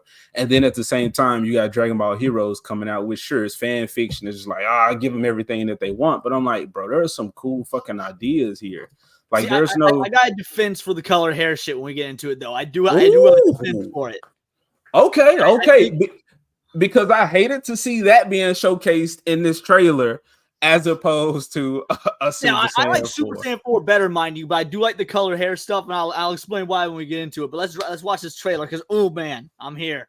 All right, how you want to do this, man? Do we want to watch it all the way through, stop it because of the copyright and all that? Yeah, dude, I want the trailer getting copywritten. If you see something where you want to stop and we'll have a quick dialogue or whatnot, by all means, we can do that. Yeah, I don't want you to get the copyright claim. Okay. I don't care about the copyright claim, bro. Well, dude, I've gotten several on my channel that fucked me up, and I fight them and win. But like, dude, one time I did this video. It was a reaction to a Blink-182 song, and I was doing it with my best friend who's a big Blink fan. And the claim, like, they literally said we're not even going to allow the video to be posted for 3 days. So it went for 3 days on a 0 visibility, and then 30 days until they could like look at the claim. And I finally did win. But that 3 days of it not even being visible, like, fucked it up. It took forever for that video to grow when, so like, I've been hit by some copyright shit that, while I've always won, still pisses me off. So I don't want that sort of thing happening to you. So I don't get the copyright strike. I get the copyright claim where they're like, you're using other people's content. We're not going to affect your video, but we see what you're doing. Black man, right? Yeah, I get those. Again, I always fight them when I get them, and only 2 times I've ever lost was when I made a video making fun of Phoebe Waller-Bridge, and I used some James Bond footage from a trailer, mind you, not even from the actual movie, like from the movie, but like I used the trailer, and they got upset that I used the trailer, despite the fact that I altered it, I cut it, I'm talking over it, and they would not say that I won. I was like, fuck it, I'm not gonna fight it anymore. I don't want to run the risk. And then when Evil Dead Rise was about to come out, I did a trailer reaction because I'm a big Evil Dead fan. And that was like the very first time. That was when I had just started YouTube, so I wasn't really like sure how to fight shit. other than that, I've won every claim I've ever gotten, and I plan to keep it that way. Fuck these people not understanding fair use. Bro, despite or instead of the claims, are the only I don't know if it was a strike. I don't remember what it was, but I was screaming Red Dead, and they had got me for like hate speech and inciting violence for people, and I was like, what happened? Like, what the fuck? I'm playing a game, and I think it was because like there was the part where, have you played Red Dead 2? I've not. I've watched a bunch of my buddies play it. I've never played it but yeah, I very much know the content of the game. Yeah. Well, I think it was because it was the part where like the Native Americans, we was like helping them fight against whoever was trying to take over them and push them off their land or whatever. So I was like, okay, is that what y'all trying to say? That ain't got shit to do with my black ass with these virtual white people versus these virtual Native American people, bro. But I'm like, all right, look, it is what it is. I fought it. That's and awesome. It was like, holy shit. They said, nah, bro, you laughed too much when they was killing them Indians, bro. You like that shit, bro. Oh, that's fucking great. No, I've not gotten any strikes for anything like violence related. That's so fucking funny. Angry Canadian came through, man. What's up, bro? Glad to see you here. And Jana. And Hypnotic. What up, bro? Glad to see you up in here. Jana, you was like, who was my guest? He's much older than my usual guest. The guest you talking about is Kalen, Loki Critique. He's there. And you was simping for him, Jana. Yeah, I'm snitching. I'm putting you on blast. But there you go. He's of age. See, they talking about Loki. You turned 18 on his stream. That wasn't me, bro. I like animals. I don't like young humans. Okay, I'm furry adjacent. That was Jana. Get on her ass. See, all right. So here's my theory though, because like I'm for sure not a furry. That being said, I'm a Sonic the Hedgehog fan. I feel like being a Sonic the Hedgehog fan is what leads a lot of people to being like okay, Amy Rose is my favorite strong female character of all time. I understand furries. I'm not one of you, but I get how you can get there. So see, I'm gonna tell you why you don't understand, because it's not Amy. She was fully clothed. She was not provocative. Oh, you say it's Rouge? Is that where you're going? It's Rouge? It was Rouge the Bat, bro. We had jiggle physics on the Dreamcast. She was flying, and the wind was hitting them things. And when she, bro, all right, I'm not gonna go there. I'm telling on myself right now. Mike has bad D's, bro. He said Blink 187 sounds dope. Did anybody else come through? Copa came through. I just saw a nice joke earlier, and that summons him. Yeah, I'm like, where did Copa come from? But there you go. All right, Dragon Ball Sparking Zero. Any thoughts before we get in? Yeah. So I like the Budokai Tenkaichi games, which is a follow-up to, but while I do like them, I'm more of an OG Budokai fan, so I'm super stoked for this game. But by all means, I still want to see the original, like, Soul Calibur style Budokai return. Like, if I had my choice, we'd be getting Budokai 4, not a Budokai Tenkaichi 4. So, yeah, I prefer the Tenkaichi. I like the Tenkaichi games. Don't get me wrong. So I'm still stoked for this. I'm happy to get what we can, but just throwing out there that I'm an OG Budokai veteran. So, okay. My only take before it is, yeah, man, they do a whole lot of Super Saiyan goat blue haired bullshit that I'm not trying to see. But I mean, graphically, let's just get into it. Hold on, why is this not? Something not working for you? I don't know. The audio wasn't playing, or it was playing through. Click on a comment and see if it's taking a minute for comments to pop. If not, because if so, StreamYard's being a bitch again. Oh no, okay, never mind. That seems working. StreamYard's been acting like a bastard for me the last like several months. So, hey, I'm old. Okay, I got an old soul. I'm terrible with this internet. I mean, with the stream, all of this shit. Can you hear it? Yeah, I can hear it.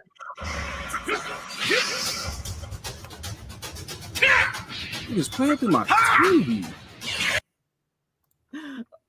So yeah, because I'm getting the audio fine on my end, and oh man, it's sounding good. Okay. Yeah, Jacob Ironside. Yeah, this is a game. So the Dragon Ball Budokai Tenkaichi series went dormant in like 2000 probably 9 or something, and this is the first sequel we've gotten since then, or 2012, whenever. It's weird that they changed the name because when they announced it a few months ago, they called it Tenkaichi 4. Yep. And now they're calling it Sparking Zero. But at the end of the day, that's what it's Tenkaichi 4. Everyone knows that. So. And Dragon Ball names suck. Period. So yeah, this is on brand. All right, there you go.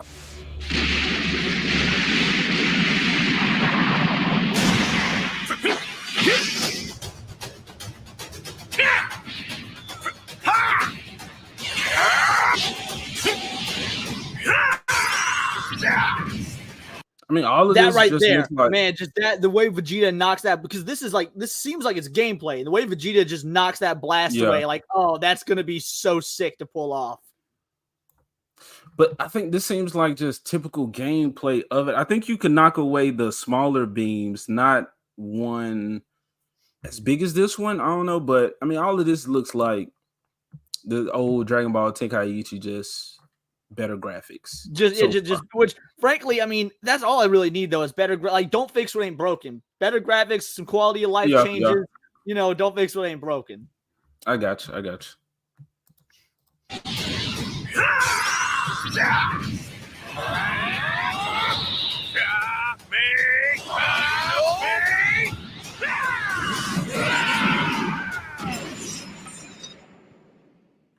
Tremble before my power. I'm tired of Frieza ass. I am as well. I'm a Cell guy personally. Like, I want to see more Cell shit.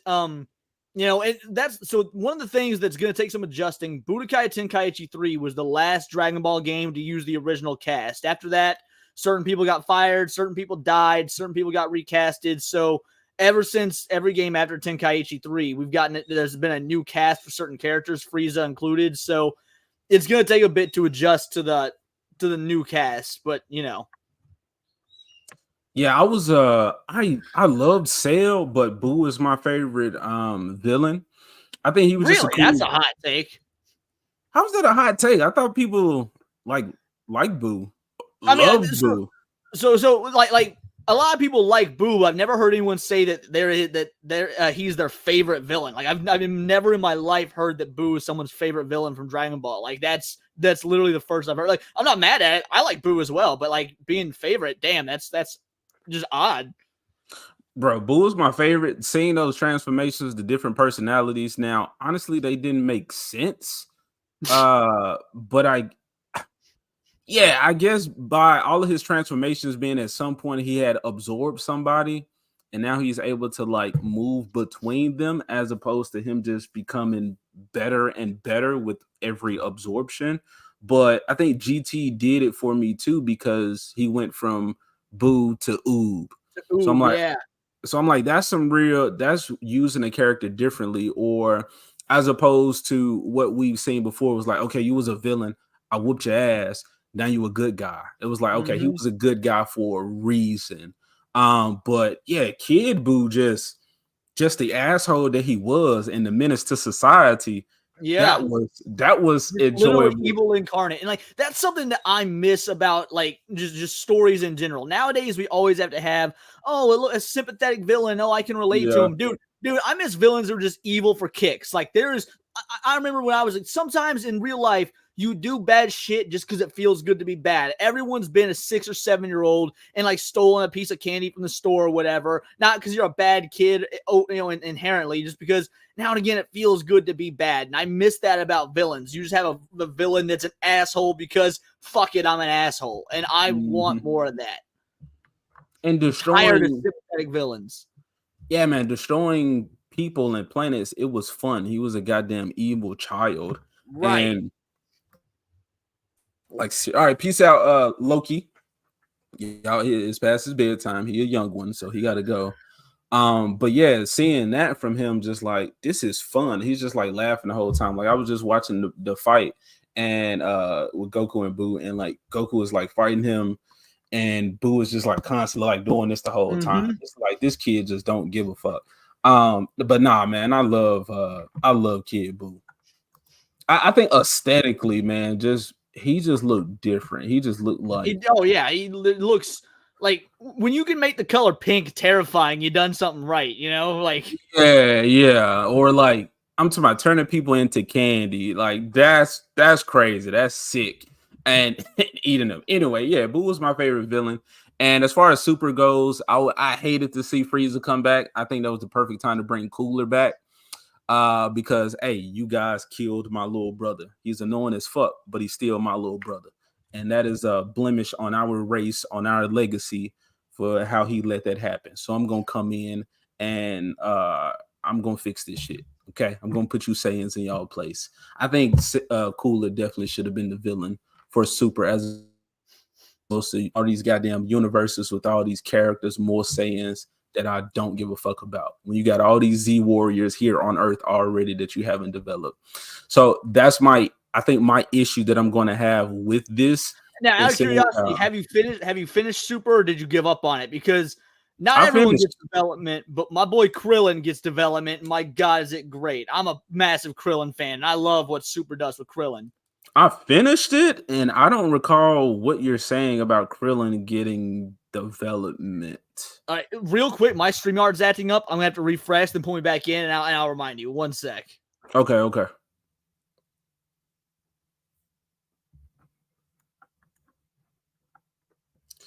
You can use a sick ass Raven to blow up your enemies. He was talking to Leon. All right, so yeah, no, what I was saying about Krillin. Oh wait, yeah, Krillin literally chomps. So yeah, in Krillin, Dragon Ball Super, for one, Krillin has grown discouraged after seeing like Goku and Gohan and all them get so far past him to the point where even bullets are hurting him at this point because he's such a pussy. And then he goes to this island and to get these herbs for Master Roshi, and he has to face images of all the villains that have ever killed him in Dragon Ball, and he has to overcome his fears. And then he takes on Goku in Super Saiyan Blue. Just jumped off on another. Oh, what up, Hail the Lore? He has to fight Goku in Super Saiyan Blue, and he's taking him on and winning because he's using strategy, and he does the same thing to Gohan. He beats Gohan not by overpowering him, but because of using strategy. And like Krillin, he was able to go toe to toe with Blue just by being a battle tactician instead of brute forcing it. And near the end, Goku's like, all right, fuck it. I'm just going to overpower you. And Android 18, my waifu for Lifu, jumps in and saves Krillin. And she's like, you ain't going to fuck my husband like that. And you get to see this husband-wife dynamic that was just fucking hardcore. Oh, it was awesome. I think that's just more shit that doesn't make any sense. So I'm like, okay, you're showing him. That's my issue with the Super Saiyan Blue shit. It's like, okay, you claim to be a god. That's how we were introduced to you, but you got random motherfuckers popping up and whooping your ass. So you're not very godly to me. So you saying that, like, I don't remember Krillin doing that. I remember my issue was Gohan and how he came out and he was like, okay, he was like, I'm going to start training. He was like, but I'm not going to use Super Saiyan. I'm going to find my own path. And I think that was the perfect time to, of course, bring back the ultimate Gohan with that Kai power.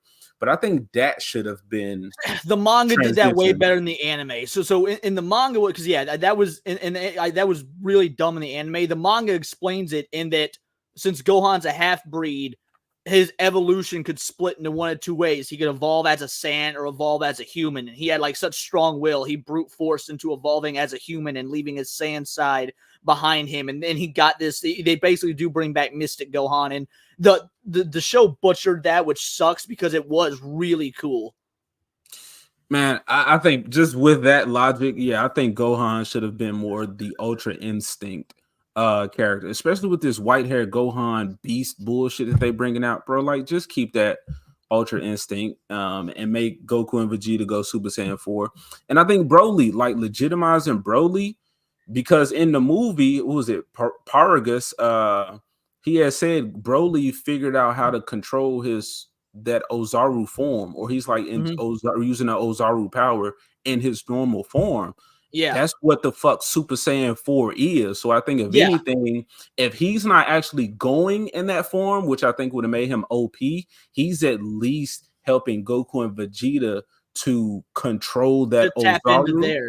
And then you see them turn into Super Saiyan 4, and then you just save that for them. So them go 4, And Gohan, because he's all mystic and going down this different path, that's Ultra Have him Instinct. do Ultra Instinct. Yeah, and I can appreciate it. What again, there's certain things that the manga did. Like, for example, in the manga, it specifies that anyone can use Ultra Instinct to the point where in the Tournament of Power, Master Roshi is actually on the cusp of it because he's such an ancient martial artist, been doing it his whole life. So Master Roshi is actually tapping into Ultra Instinct in the manga, and that's why he's winning all these fights in the Tournament of Power, which they completely left out of the anime, which would have been awesome because it would have legitimized how, like, his name is Master Roshi. It would have legitimized that he is the master. So having his Ultra Instinct story completely wiped was, in my opinion, was like flat out unfair. They just saying a bunch of dumb shit in the chat. A lot of them don't care for the Dragon Ball talk. John, I would play Slap Chop this game. That's more interesting. Hey, that's a real woman take though. Some real Fruit Ninja shit that you trying to play. Well, real man over there, Dragon Ball. Okay, we need muscles and shooting beams out of our hands and shit. Jay, goddamn, I said you could come on the channel. I was gonna get you, but after saying some shit like that, bro. No, that's some dog water take, bro. Jay, I love you, but that's friendship ending right there. All right, man. Let's get back to this. But yeah, I'm tired of Frieza. I want to see Cooler. I'll show you the horrors of hell. Now perish alone with this planet! All right, legit Broly coming back. You think they're gonna have both skins for Broly? I really hope so, because classic Z Broly is so fucking badass. Like, there's no better way to put it. He's just a monster. Yeah, he is, but I mean, it's not one of those things where like I prefer the one over the older. This Broly still looks good right here. I like. Oh yeah, no, I love both. Like, I'm hoping this game literally covers all of Dragon Ball lore, like movies, Z, Dragon Ball, GT, Super. Like, I want to see just them run the gamut of all the different iterations of Dragon Ball in one game. Yeah, Mike said I grew out of DBZ and it being so formulated. Yeah, for sure, bro. Leon, I don't think you were probably subscribed, or I don't know if I knew you around that time, but I watched. Have you seen that fan animation of it's Dragon Ball?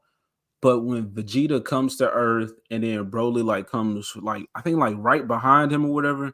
Yeah, and Goku harnesses. It's got that really sick like Chinese animation style. Yeah, yes, I have seen that. That is awesome. And like Goku goes Super Saiyan during the original tournament, like in Dragon Ball era. Dude, that was a really awesome animation. Yeah, man. I think Dragon Ball for sure is just bro, it's failing with the story, man. But again, I think somebody said, I think it was Dempsey, like rose tinted glasses, man. I think people excuse a lot of shit where they just want to see fights, but not really thinking about this Dragon Ball story sucks. See, that I get people that say that I think are misguided. And I'm not even making this argument for Dragon Ball. I'm making this argument for like a lot of like YouTube people who critique movies and whatnot. They'll talk about story this, story that. You gotta understand that there is more to, whether it be an anime, a movie, a video game, there's more to it than just story. Like when you read a book, all right, yeah, book's all about the story. You don't have anything else. But when you're doing anything that's in a visual medium, like Resident Evil is a dynasty in gaming. It's my favorite video game series of all time, but let's be real. Resident Evil stories aren't that good. You don't need a good story for something to be quality if the other things that they're wanting to focus on are done right. Like Dragon Ball, first and foremost, is a comedy. So does it succeed on that level? Are the jokes funny? For me, yeah, I find that the comedy in Dragon Ball funny. Is the fight scenes well choreographed and give you this like power fantasy, no different than like He-Man did back in the 80s? Once again, absolutely. So the things that Dragon Ball sets out to do aren't to tell the greatest story ever. The simplicity is intentional. So if you're gonna judge Dragon Ball, or again any story, judge it on the criteria that it's being that it's trying to push to the forefront, which in Dragon Ball's case is more just visuals, comedic gags, again power fantasies. Like, does it accomplish what it's setting out to do? And if it does, judge it based on that. Because Pokemon, once again, back to Pokemon, the Pokemon anime also very formulaic, but it's a dynasty. It's still going to this day, and it's doing it for a reason, because the stuff that matters in Pokemon, the power of friendship, the collector mentality of getting all the mons, like that's what it's setting out to do. It's doing that well. So I think people unfairly attack DBZ for its story when that's not really the point of DBZ or even really a lot of other shonen anime. I got you, but I still think there's definitely room there to tell a better story, and the product can only get better if you elevate the story as well as like the fighting, the choreography, the power-ups, all that type of shit. Like, let's power up this writing too and win back some people with Dragon Ball. Because yeah, man, Super, I was disgusted watching it the whole time. Not to stay there though. We talking about this trailer, but Jay, you can come back on the channel with this take. Golden Girls over DBZ. Bro, hold on. Maybe. Who's your favorite of the girls? Like who's the best of the Golden Girls? Depending on your answer here, depends on if we're all still simpatico. Because if you say Betty White, you're persona non grata. Like, I love Betty White. We all love Betty White. Let's be real. When you watch the Golden Girls, she is literally the least interesting of them. I got you. He said no Betty White, bro. None of this stale shit over here. Give me some personality. Nah, dude, Blanche. Blanche is easily the best of the Golden Girls. Yeah. All right, look, I think Boosh McFadden said, he said AJ might be a 70-year-old white woman. Because I would sit there and watch, and that's why I say I don't really care to go and like watch all of this new, cool, crazy nerd shit. Like, I'm pretty sure it's gonna be trash. I'll go and watch some old sitcom and just sit there and enjoy that and have that on in the background or something while I'm like writing or drawing or doing something like that. So I think that's more so how I spend my time now, as opposed to like wanting and needing something to consume, something new. Right. So, yeah, bro. That's just funny to me. Yeah, I enjoy a sitcom. And that's what Estelle is a fine answer, Mike. Estelle is a fine answer. Dorothy's also a very acceptable answer. Literally anyone, but I'm even blanking up. Anyone but Rose. All right, Jay just being a goddamn fool now. Powerpuff Girls of DBZ. Hey, I can get behind that one. Not the girls, not the kindergarten girls. I can get behind that take. Hell, the look. All right. Not Ferratu. Same here. If they threw it my way. To be fair, I pose this question to people all the time. Like, let's say Betty White was still alive. You got the opportunity. Any man is lying if they say they wouldn't. Like, if you could just have the story of, man, I fucked Betty White. Everyone would do it, and I ain't judging you. I would too. Every man would like the chance to say, it doesn't matter if she's 93 years old. Man, I fucked Betty White. Your argument's invalid. Like, you're right. You get points just for saying, like, I smashed her. Okay. I said it before, man. A white 6 is like a black 10. So you can knock off some points for the age, but I mean, hey, she been around a long time. She got money. She's starring in films and shows and whatnot. I mean, what you got, black chick? Nothing. Plus, she's in Hollywood, so you know they've done some weird shit. So she's probably got some like moves you've never seen before. Okay, they might throw her hip out, but she still knows the moves. Like, hey, she gonna pop it right back in. She'd have done that before. It's nothing new. He knows Ferratu gets it. He says, I would fuck Betty White just as a conversational piece. Exactly. Agreed. Oh man, all right, but Broly is a goddamn beast right here. Goku fits in like the palm of his hand. He just having his way with Goku.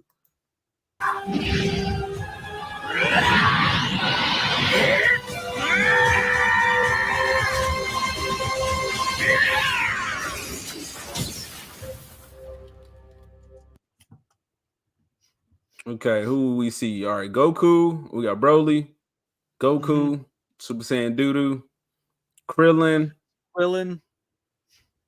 This is your boy. Cell right there.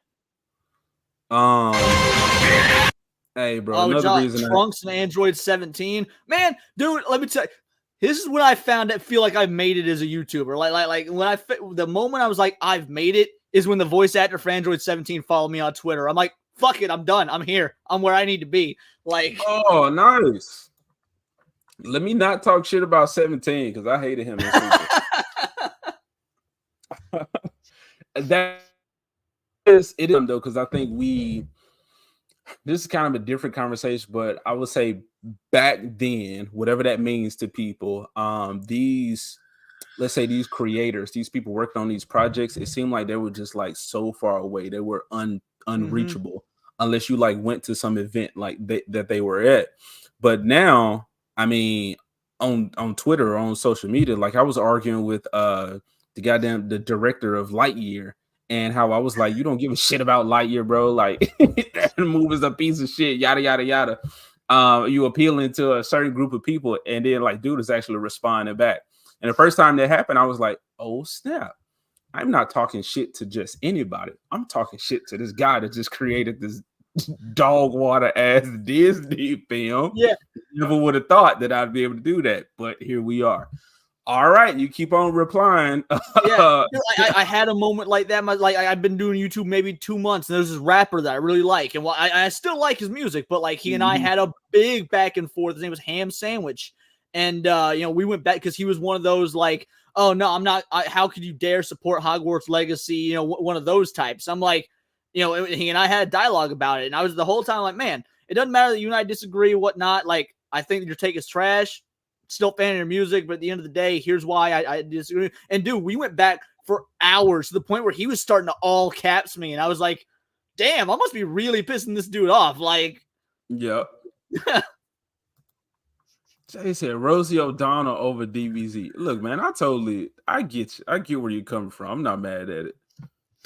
I'm gonna quote the best Mad Max movie. That's bait. Okay, all right. No Mad Max movie is the best one. I don't care. No, but I figured if I call that the best Mad Max movie, that would also be bait. So it was like baitception right there. Yeah. All right, that was a Dragon Ball. This is why I said Japan, the Japanese taking over the stream, because we talked about the the Legend of Zelda, Nintendo, the Dragon Ball. This was more of the like video game talk. So is there anything that you want to look at from the Video Game Awards? I know we talked about the Mana series. I mean, do you want to look that up? Man, if you by all means, it's your show. I'm just living in it. I'm here to talk about whatever. I'm having a good time. Okay. I'll pull Mike that has up. bad news as a rapper having woke takes is beyond cringe unless it's about trans people being our friends. Yeah, dude, that's my whole thing is like, bro, you're a successful rapper. You're black in America. Like, you've seen like overcome adversity and whatnot. How you could have this opinion about a fucking dog water video game when you're recording on mics that are probably made by children in sweatshops in China? Like, bruh, take the L. Just take the L. Yeah, AC, we were talking about the Zelda movie and how the director, I think it was the director, was influenced by the Miyazaki films. Damn, maybe I need to get into a web beef with somebody I normally have to pay to talk to someone famous. Granted, those voice actor shout outs was worth every penny. Dude, for real though, no star. So like I went to a con back in I think like February or something. My channel was like 3 months old, and I met the voice of Denji from Chainsaw Man, and he did a shout out, like he recorded himself being like, "Yo, subscribe to Words of Paradise. I'm Denji, the voice of I'm the voice of Denji." It was so cool of him to do. And I was like, "Oh yeah, totally worth it." I got some subs just off people being like, "Oh well, the voice of Denji from Chainsaw Man said sub to this channel. Let's do it." And I made sure to put a disclaimer. I'm like, the views expressed in my videos are not held by the voice of Denji, because I say some wild shit. Don't go attacking this voice actor when I say that, let's get these trannies out of the Matrix or whatever. Like, don't attack him. He was just doing your boy a favor. AC says, I'm about to do a stream talking about Zelda mangas. People sleeping them hard. Oh, dude, the Zelda mangas, the ones I've read are great. Nice. Yeah, I am sleeping on them. I haven't finished. Dude, Midna kisses Link. It's glorious. Ooh, on lips? Straight up. Hold on. We talking about little tiny no. True Midna? Form Midna. True Form Midna at the end of Twilight Princess. Nice. Hey, that's what's up, though. He said, I met the writers. Was this at the convention? Nice. What was that? Grab my water real quick. Got signed shit from him, too, though. That's what's up. Imagine a basketball player trying to preach human rights when profiting on sweatshop shoes. Get them Nikes, cuz. Right. Exactly. We're giving them little kids jobs. They wouldn't be able to eat if it wasn't for us. All right, yeah, I want to bring up the Mana game because this is something that I've been like wanting for a while. I might do a video on it. I didn't see anything let me ask you: are you a Monster Hunter fan? Sort of. I'm a Capcom fan in general. Capcom's my favorite third-party developer. I play the Monster Hunter games. They're lower on my list. Like I much prefer Street Fighter, Resident Evil, Devil May Cry. But I like the Monster Hunter games when I play them. Absolutely, Capcom can do no wrong in game development in my eyes. I have shitty ass business practices, but their games are bangers 9.5 out of 10 times. Okay. So Monster Hunter, what was it? The Wilds? Yeah, the new Monster Hunter Wilds. Yep. So, I mean, we could bring that up. Just you can see how you if you feel about it. I was going to do a video, but there was really nothing from it. And then again, this opinion is very biased. All right, I'm going to have to hit Later, the gate. Mike. I mean, hey, catch you folks later. Yeah, man. Peace, Mike. Glad you was here. Dragon's Dogma 2. That's something that I'm excited for. I hope they actually have co-op gameplay as opposed to them homunculus fake human people things that they had in Dragon's Dogma. Yeah, man. Kind of like the Fable games where your homie could hop into your game and later, Jacob. Thanks for dropping by, brother. You gotta hit me up on Twitter so we can get you on my show, man. I can't wait to talk to you. Jacob is good people. There's a lot of people I got to get on, man, but I just been my own issues going on, but I'm gonna be hitting a lot of people up to come on here. And appreciate you, Leon, for coming through, man. This was something I've been wanting. Happy to do it. I love it. Yeah, something I've been wanting to do, man. And well, I just like having conversations with folks. Just seeing where it goes. You know, you get some like. I didn't expect to be talking about how I cried meeting Tiana, but there it was. Just this conversation was fucking natural. You know what I mean? Just talking to people is fun. It gets new insight. For sure, and that's why I got into YouTube, man. Like I did say, like the seeing how mainly Disney was using my skin as like a shield and putting out these shitty ass products, telling me I could like them. I should like them. But it was a lot of the conversation because, I mean, in our own little worlds, in our own lives, I think either the people around us, there are a lot of normies, so we don't really get to vent as passionately as we do with other people who are actually interested in what we're talking about. People get tired of this shit real quick. Well, and I say all the time, like, I feel like the Avengers and Disney ruined nerd culture. And like, what I mean by that is like, it didn't use, because you and I are probably about the same age. It did not used to be cool to be a nerd. Like, not at all. Then the MCU comes out and being a nerd all of a sudden is cool. And I feel like because being a nerd is cool now, certain shit is so accessible to normies that it kind of has root. And like, I don't want to be that elitist. Like, oh, we don't want you here. Nah, I do want you here, but only if you're going to actually care about it, not just be like, tee-hee, I'm a nerd, look at me, I got my Avengers shirt, a Hot Topic. Like, nah, bitch. I'm it shouldn't be hard for me to ask you a little bit more, like, I don't know, actually care about this shit, not just use nerd stuff for cool Instagram points. Like, I don't like how accessible nerd culture has become because people don't take it seriously like we do. For sure, man. Like I was saying with the cosplayer chicks, bro, I think you got these people that I think they just Google image some hot anime right now, and they're like, "Ooh, I like that character. Let me dress up as her." Right. And then that's where it stops. I'm like, "No, bitch. If I see you dressed up like Ryuko or Lady Satsuki, then no, let's talk about it. What made you pick that character?" Right. Everybody, you're like, yeah, that type of shit. And I'm not just saying just for the half naked women. I'm like, just dudes in general. You got I remember in like 2014 or something, I met a chick who was cosplaying a Psylocke, and like she was a babe, dude. She was hot. And I was like, oh man, let's just talk this hot chick about X-Men. And she actually knew her shit. And like it was, you guys, oh man, what a toxic male Leon is, being like testing her to see if he knows her shit. Like, look, you're coming to a convention, you're paying to get in, you're gonna be meeting voice actors and comic book writers and whatnot. Look, those tickets could have gone to someone that cared about it, but no, this is just chick who happened to be hot, was cosplaying Psylocke. She knew her shit about X-Men. I was impressed. Like, all right, this chick's cool. Did you watch that movie with who is it? Olivia Munn? Olivia Munn is Psylocke, yeah. That movie sucked.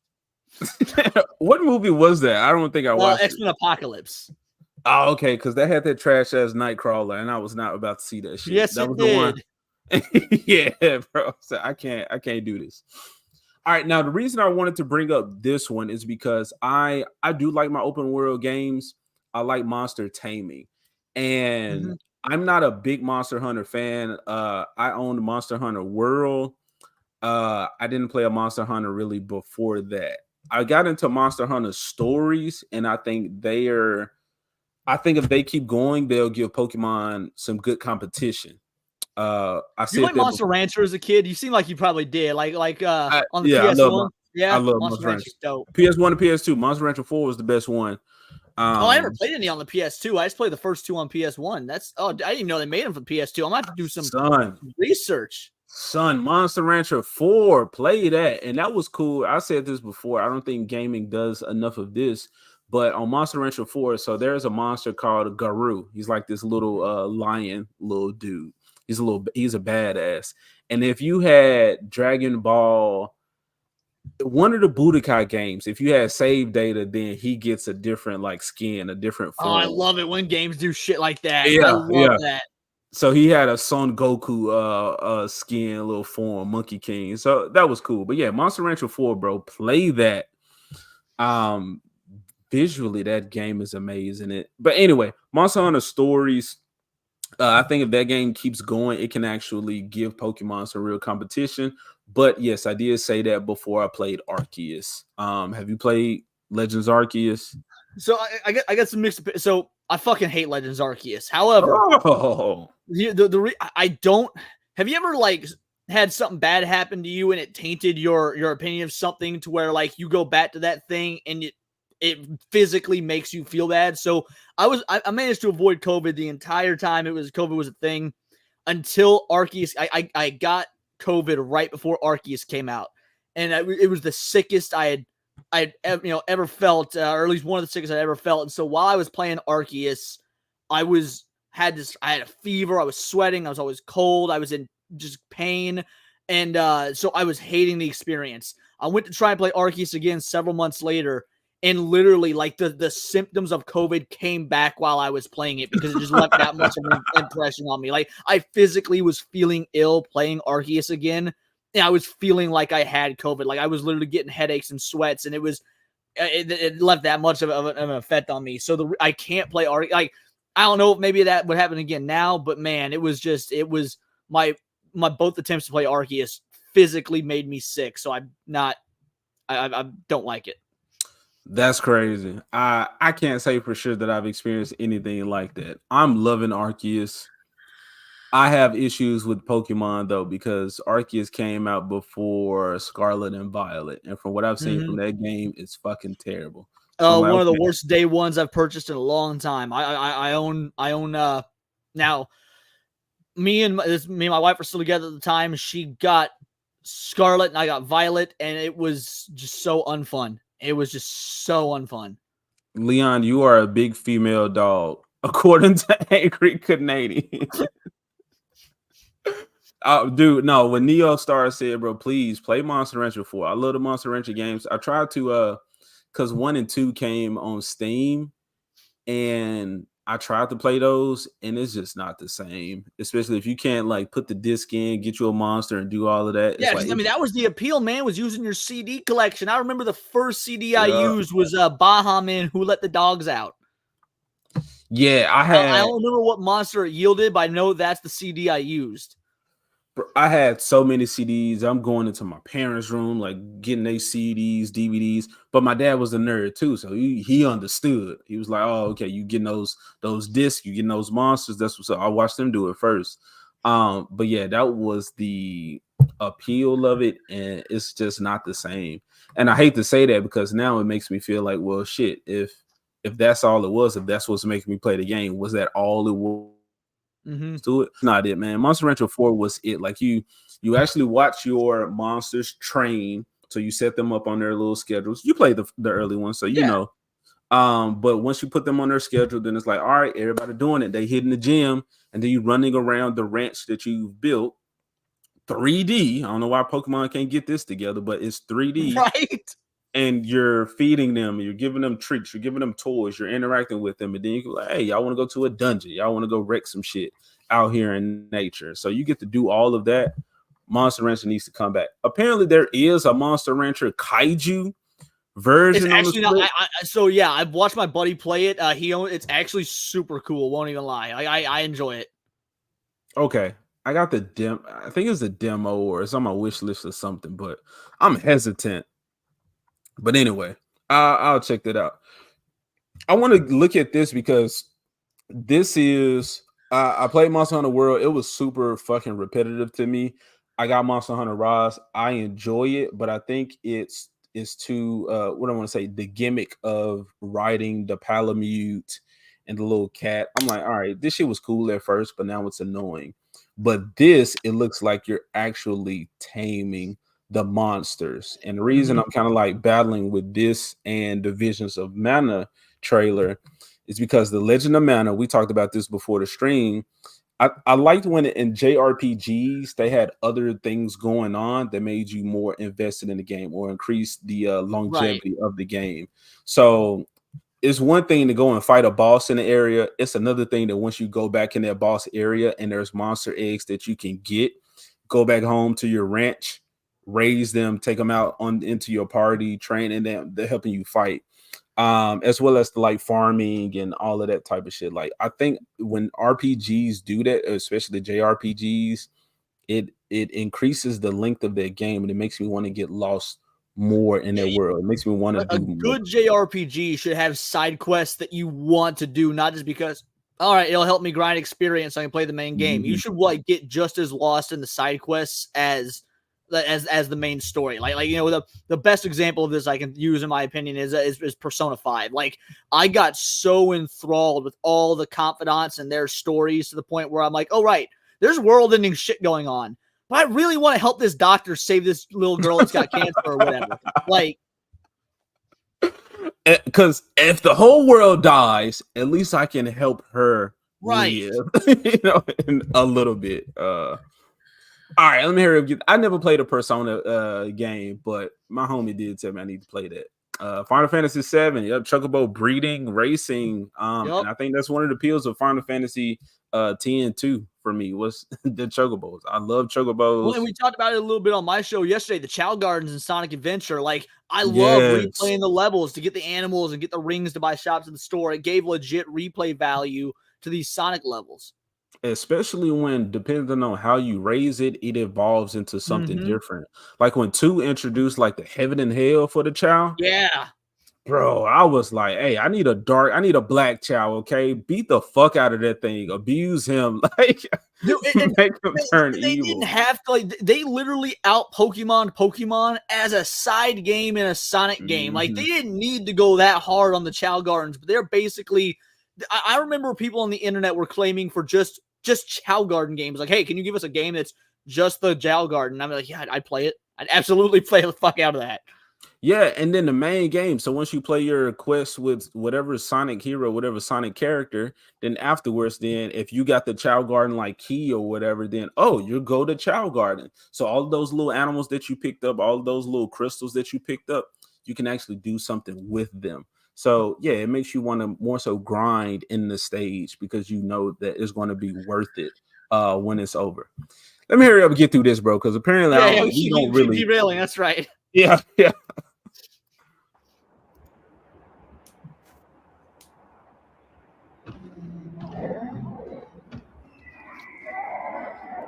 Like all of this, an actual like living, breathing ecosystem. If that's what's going on here, the game is selling me on that already. Well, yeah, because Monster Hunter games have always been like segmented. Like, oh, you're in this world for a period of time, then you're in this one. Whereas this one's being touted as like the first open world Monster Hunter game. Like that's interesting. Oh, Sunshine, you're the best.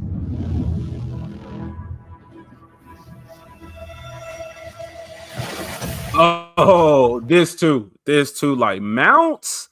Like again, this is not the gimmick of the dog and the cat, and you even have a bird thing in Monster Hunter Rise. This is some creature in the game. You got it, you bonded with it or something. I don't know, but this is your boy. You're riding them. No homo. Right.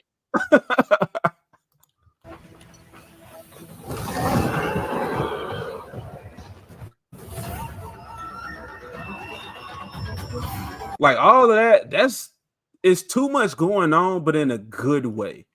It introduces, I think, a lot of variables into the game. And if this is so real that though that stampede of monsters that are like chasing him, if they like get distracted by one of these and just attack the more easier prey, then I'm like, I'm going to. That gets you lost. Yeah, when the AI is like got that level of sophistication, whereas it's gonna you'll pick off the weaker monsters and give you like options, like all right, which one am I going after? It like yeah, it's gonna open up a lot of player choice. I'm stoked for shit like that.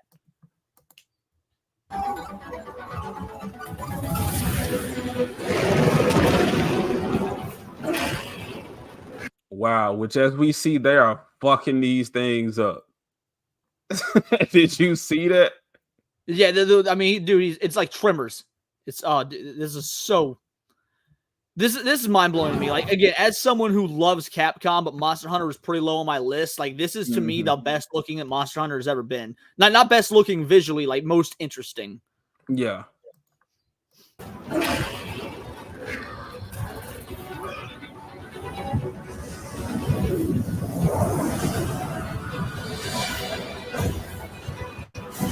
All right, I watched the trailer one time and I was just like, all right, I need to do a stream. But like that right there, bro, like even nature itself, like the weather just affected it. You know what I'm saying? Like something like that. That's cool. Yeah, I'm wondering, like, because Monster Hunter's got very repetitive combat. I'm hoping that adding a mount is gonna change that. You like jump off, do all this cool shit, get back on your mount. Like I'm hoping for very like almost Devil May Cry level, sort of like all about different combos and stuff like this. So there's just something to break up the monotony. Because I agree with you that Monster Hunter gets repetitive. Yeah, it's repetitive as shit. I think Monster Hunter World, I think there was a feature where you could choose 2 weapons and you could switch between those. I don't want to say during combat, but you can do it out there in the world as opposed to like having to go to like some little hub or some little tent and switching, which Monster Hunter Rise suffers from that. So if this does that, or like a Red Dead where if I have a mount, then I can carry more things. I can carry more weapons. If they introduce something like that, then this is definitely the game for me. But this little bird thing, like it reminds me of that thing that Obi-Wan was riding in Revenge of the Sith, yeah. Yeah, and I love that creature. I forgot what it's called, a Varactyl, I think that's what it's called, but bro, I'm excited about this.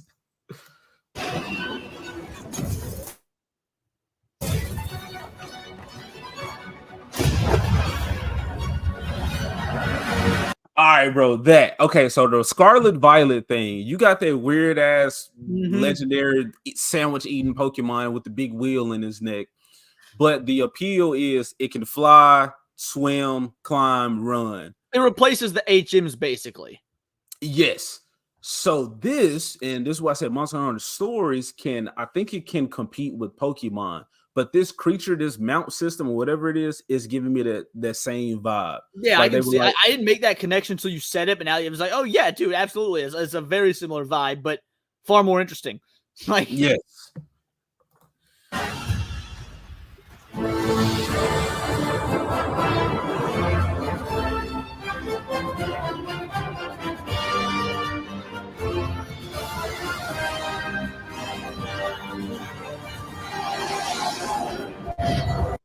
And this could just be me, but like, is it just you, or are so many games taking inspiration from Breath of the Wild lately? Like, this Sonic Frontiers, like I feel like half these games wouldn't be made if it weren't for Breath of the Wild. Kind of changed the landscape for open world gaming. I don't know what started the open world game because I just bought Breath of the Wild. I don't support Nintendo right now because they keep making trash ass games like the garbage Pokemon that they putting out, milking Mario Kart 8. I'm like kind of fuck Nintendo right now. So I just bought Breath of the Wild from the pawn shop for $15. And that's why I'm like, okay, what a steal. Yeah, I'm like, I don't have to buy anything day one. It'll come to me at some point and in a way better situation. So I got Breath of the Wild. I haven't like really played it yet. I'm playing Arceus right now after playing it's that Sword or Shield. But yeah, CLS, I will fight you on Nintendo. You can. I'm not a Nintendo. CLS, I'm a Nintendo fanboy, so like, no worries, bro. I'm a like Nintendo says, oh yeah, we're making a new game. I'm like, all right, tell me more. I'm here. I'm interested. I wanna hear this. Who's milking Mario? I said Mario Kart 8. Birdo's milking Mario. All right, so this is pretty much, I don't know, like a little bird fly. Like if I can fly with this dude right here and then hop on the back of that creature and like like fuck it up in the air, probably can't do all that. But if you can, I'm sold. I mean, but I hope you can do shit like that because like anything to keep. I get it. Monster Hunter is a popular franchise. It's got a butt ton of sequels. People playing them because they like them. Like clearly there's something there. But to me they get repetitive. I want to see a change to Monster Hunter. Now I don't want it to. I don't want it to have like an identity crisis like Resident Evil had. I don't want it to change too much. I want it to still feel like Monster Hunter, but give me something more than just it's the same game we've been getting, but now it's open world. Like I want more than just that. Mm-hmm. So that game was interesting. I'm gonna play one more trailer because you are a JRPG fan, and this is the only other game that I cared about from the Video Game Awards. But it was Visions of Mana. Honestly, I didn't see anything from it that made me like, I gotta get this like A1. But I'm interested though, simply because it has the name Mana attached. Yeah, I don't know why. So I don't know when this played because I was actually asleep for the first half of the Game Awards, and so I've had to go back and catch some of the trailers that I missed, like the Sega remakes trailer, which was so fucking cool. So I don't think I saw this trailer. So this will be new to me. I thought about bringing up that video with the Sega remakes because we was talking about all the Sonic stuff. I usually go for 2 hours on this channel. I don't know how long you're trying to go. I don't want to keep you here all night. Yeah, I mean, if you want to go through this and we wrap it up, that's totally fine. I was just pointing out that I missed a lot of these trailers. So yeah, I'm down. This Mana one I think is one that I missed. So yeah. And you sent me the Knuckles one. I have talked about that before on the channel. I mean, I guess since you brought it up, no, we want to skip that. We'll wait until it comes out, and then it's a reason to link back up and do a sequel stream. Like, oh, the show comes out, we'll watch it, see if it's good, and if so, we'll shill how great it is on a part 2. Because I'm a Knuckles shield, bro. He the black dude. All right. Oh yeah. Knuckles is absolutely black. No one's gonna argue that. Flying with the dreadlocks, man. Make me believe. That's representation I need right there. CLS, I agree, by the way. I agree Tears of the Kingdom was right. I got into a massive argument in Cult Classic Cage's chat when she was streaming the Game Awards with someone who was calling Tears of the Kingdom just Breath of the Wild DLC. And I realized, like, I need to chill. Like, I was legitimately irrationally angry that someone held that opinion. I'm like, all right, I'm going too hard on my nerd cred right now. I'm getting mad because someone's calling a video game glorified DLC. I need to back off. Yeah, that's where I was watching the Video Game Awards on Classic Cage stream.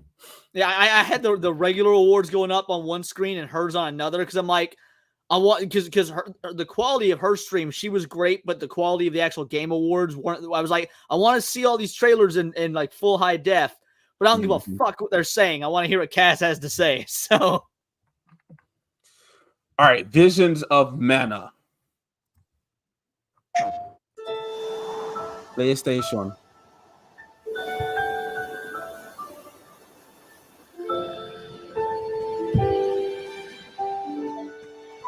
I'm liking the art style. Yes, beautiful world. It's giving me Dragon Quest vibes. Ooh, you played Dragon Quest 11? No.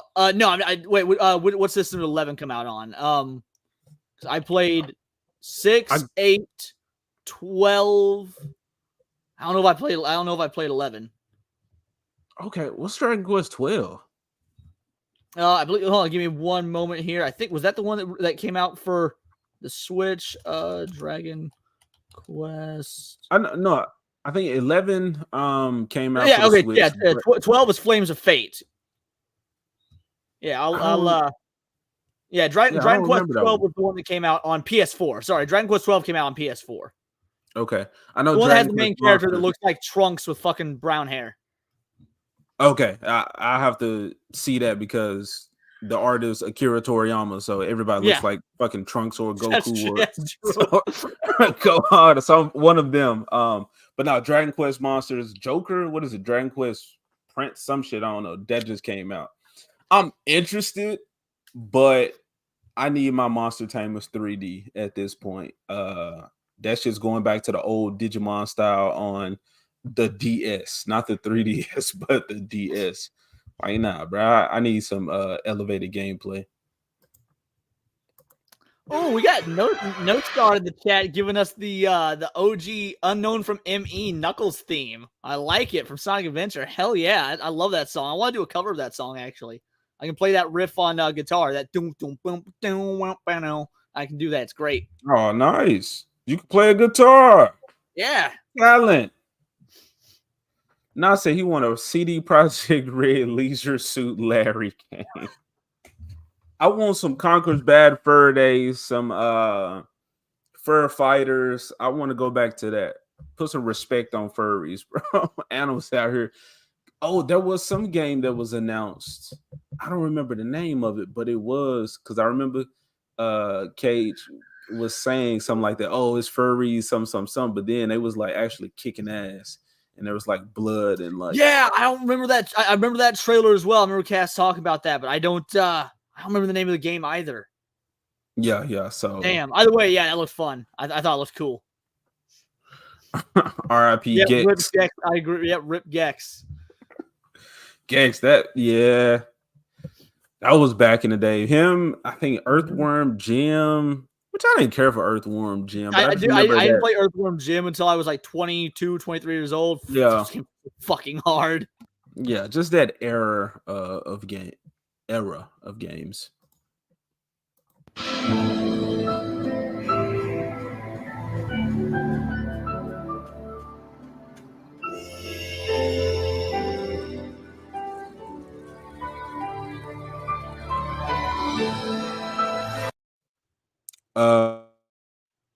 Male protagonist. I fucks with it. Very Japanese like. Got that midsection showing, huh? I wasn't sure if it was a male or a female. Like even I couldn't tell. So yeah,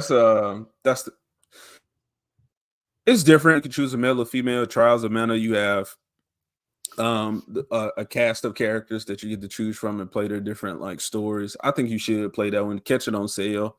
Yeah, dude. I was really excited. Yeah, I've only played Secrets of Mana, or Legends of Mana. I think it's Secrets I played. I'll have to go back and check which one I played, but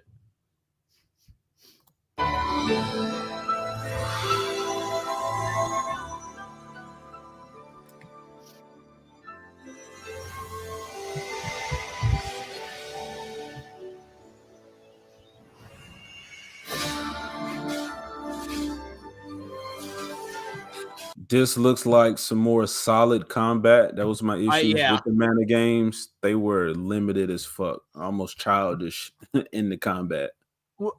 So a lot of games are getting rid of turn-based combat, and I get why. I love turn-based combat, but I'm also, as long as they still put out games like Octopath Traveler and whatnot, I'm okay with more 3D games going with this hack and slash route like Final Fantasy VII. So I think I prefer turn-based, but I'm still down for this. Yeah, same here, man. I could do either way. Turn-based doesn't take me out of the game, but that freedom that comes with it, especially something like a Kingdom Hearts, there are freedoms that comes with the gameplay. And the more I level up, then I can influence like what these combos look like. Then that's what I need.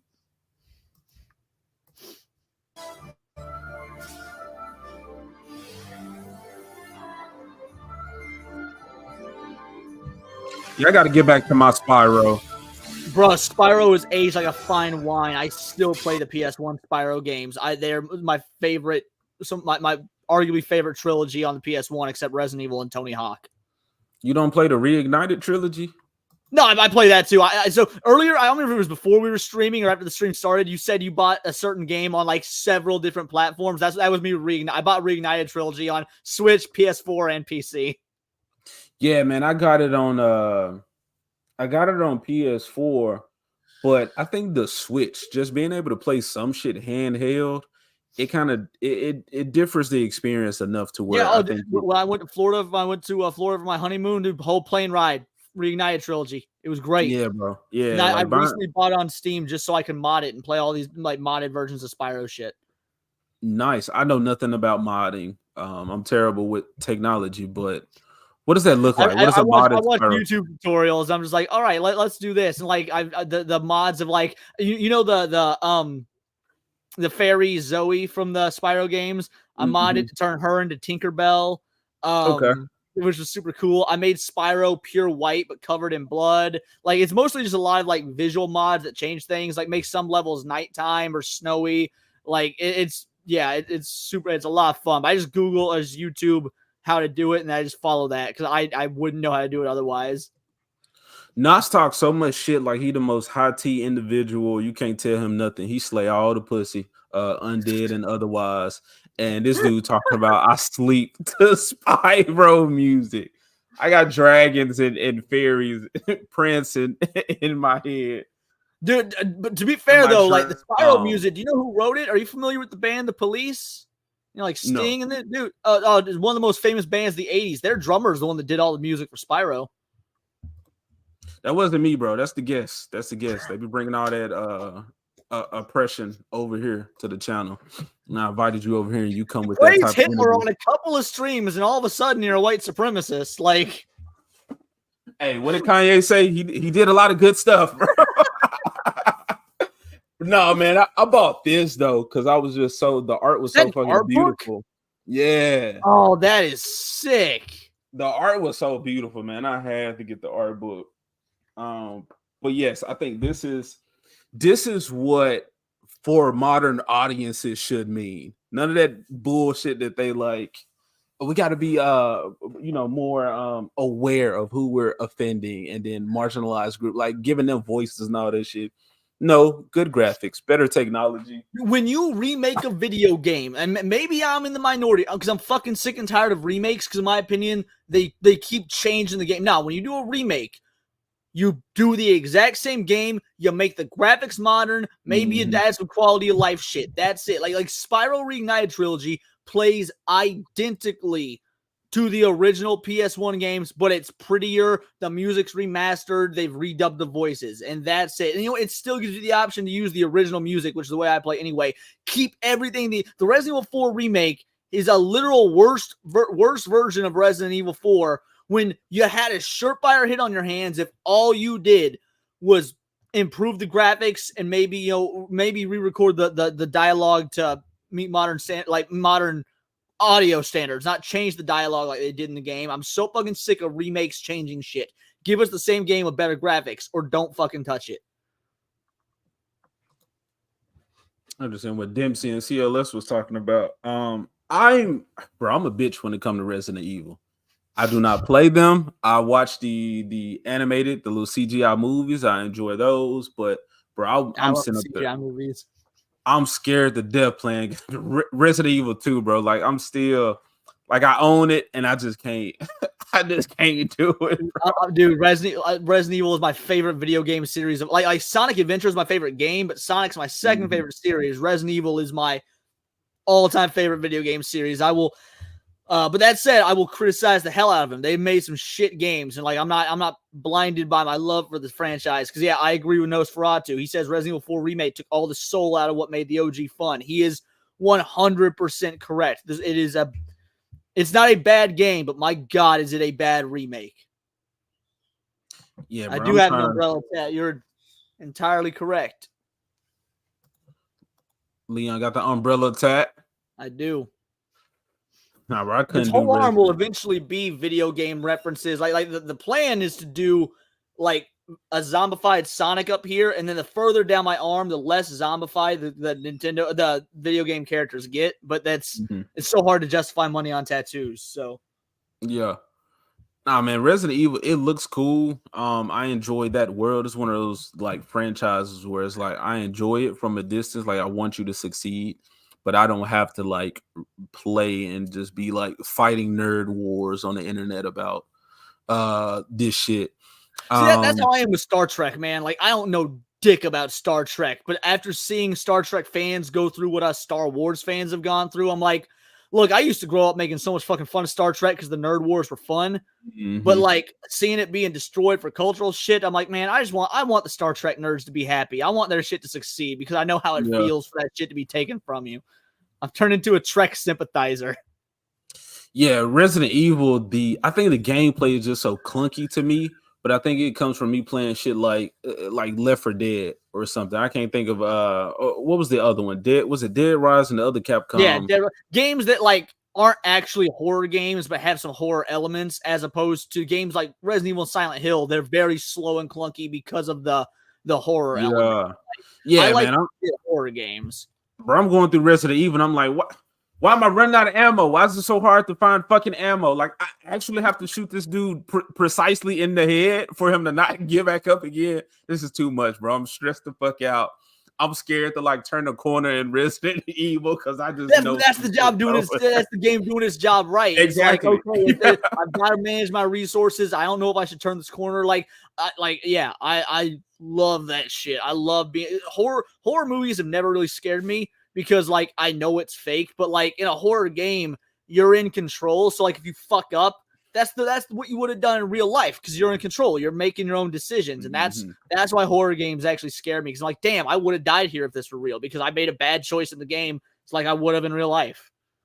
Bro, I need some shit where I can Gears of War. Jana, you're always on my side every time. Jana, you're always on my side. Jana, you should always be on the black dude side. Jana, I make pork. I make oozing, dripping pork. I'm black, okay? That's enough, okay? Always be on my side. We need AJ to play Resident Evil. Maybe, bro. Maybe if I got something. I would absolutely watch a stream of you playing Resident Evil. Like that, just like black man afraid of zombies. Like I would watch the shit out of it. Just some scurry shit right here, bro. I need the Gears of War. I need to hug the corner. I need to hug the wall. I need to be able to point the gun out, go back to this position, be safe. I need to vault over things. Like I need ammo out the wazoo. Was based on Gears of War and gameplay wise, you can handle that one. It's not scary at all. You can take cover and you can vault over shit. Like play Resident Evil 6. The last one I played was Resident Evil 5. 5 was like the start of it getting all actiony, but 6 just went. There's no horror at all. It's just a full on action game. 5 was the one with the African zombies with the big mouths and shit. Right? I like 5. I thought 5 was good. Yeah. If they just stopped after 5 and just made that the end, I'd have been satisfied. I played that one. I think it was 2 players too. I think that was the appeal to it as well. My cousin was playing it with me. Yeah, I played with my little sister. Yeah. All right, bro. Let's get through this Visions of Mana trailer. Yeah.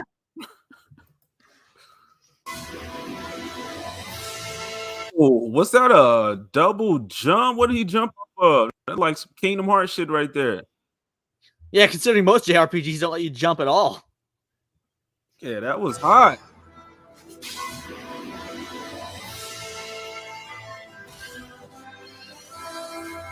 Look at a man. And there's a dash too.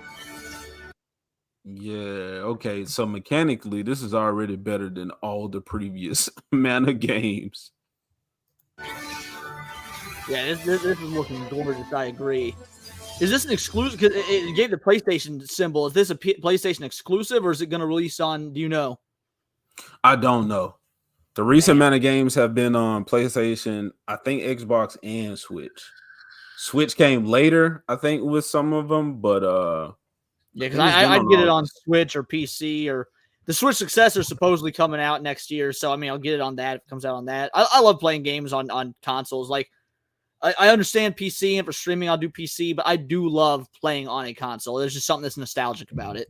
Yeah, same here, man. I would rather get them on the console, but if it's like what's that game? Like, do you play the Disgaea games? Disgaea. I know Final Fantasy. I've always said Dissidia if you're talking about Final Fantasy, but no. I like Dissidia, but no.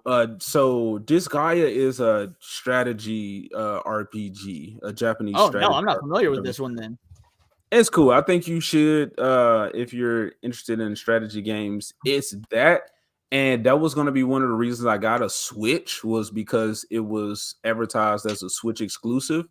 But then it was like, no, it's coming to PC too. I was just like, well, fuck it. I'll just get it on PC then. Fuck the Switch. That's one less game that, that I care about being on the Switch. Yes, I literally just use the Switch for Nintendo games and then cartoony games, like games that make me feel like a child again. Yeah, I get them for or on my Switch. I played the cheaper, if I can find a game that's cheaper, but like, yeah, now it's handheld, like the Spyro, for instance. I don't have it yet, but I will get it when it goes on sale. Well, I could have got Sonic Frontiers on PS4. I could have got Sonic Frontiers on or maybe it was on PS4. I could have got on PC, but like I want to play Sonic on a Switch. Like it seems like a mascot console, you know? I feel you. Yeah, man. I think the Switch. I talk so much shit about it, and I talked to Angry Canadian about it. I talked so much shit about the Switch, but I didn't realize the massive library that it had besides its Nintendo. Yeah, it's got some good third-party support. It really does.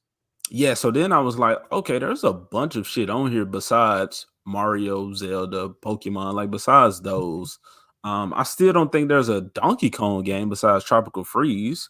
No, and that was on the Wii U. I don't think it was on the Switch, was it? Yeah, bro. God damn, it's on the Switch now, but yeah, it's not much different. It's just I didn't know they released a Switch version. I played it on the Wii U because I was one of the dumbasses that bought a Wii U. So, nah, bro, I got my Wii U. I love my Wii U. I loved it as well. Like the Fatal Frame game on the Wii U, which I know is horror, not your thing, but Fatal Frame on the Wii U, oh, dude, it was a blast. Yeah, I didn't play that or the Zombie U game. I didn't play Zombie U, yeah.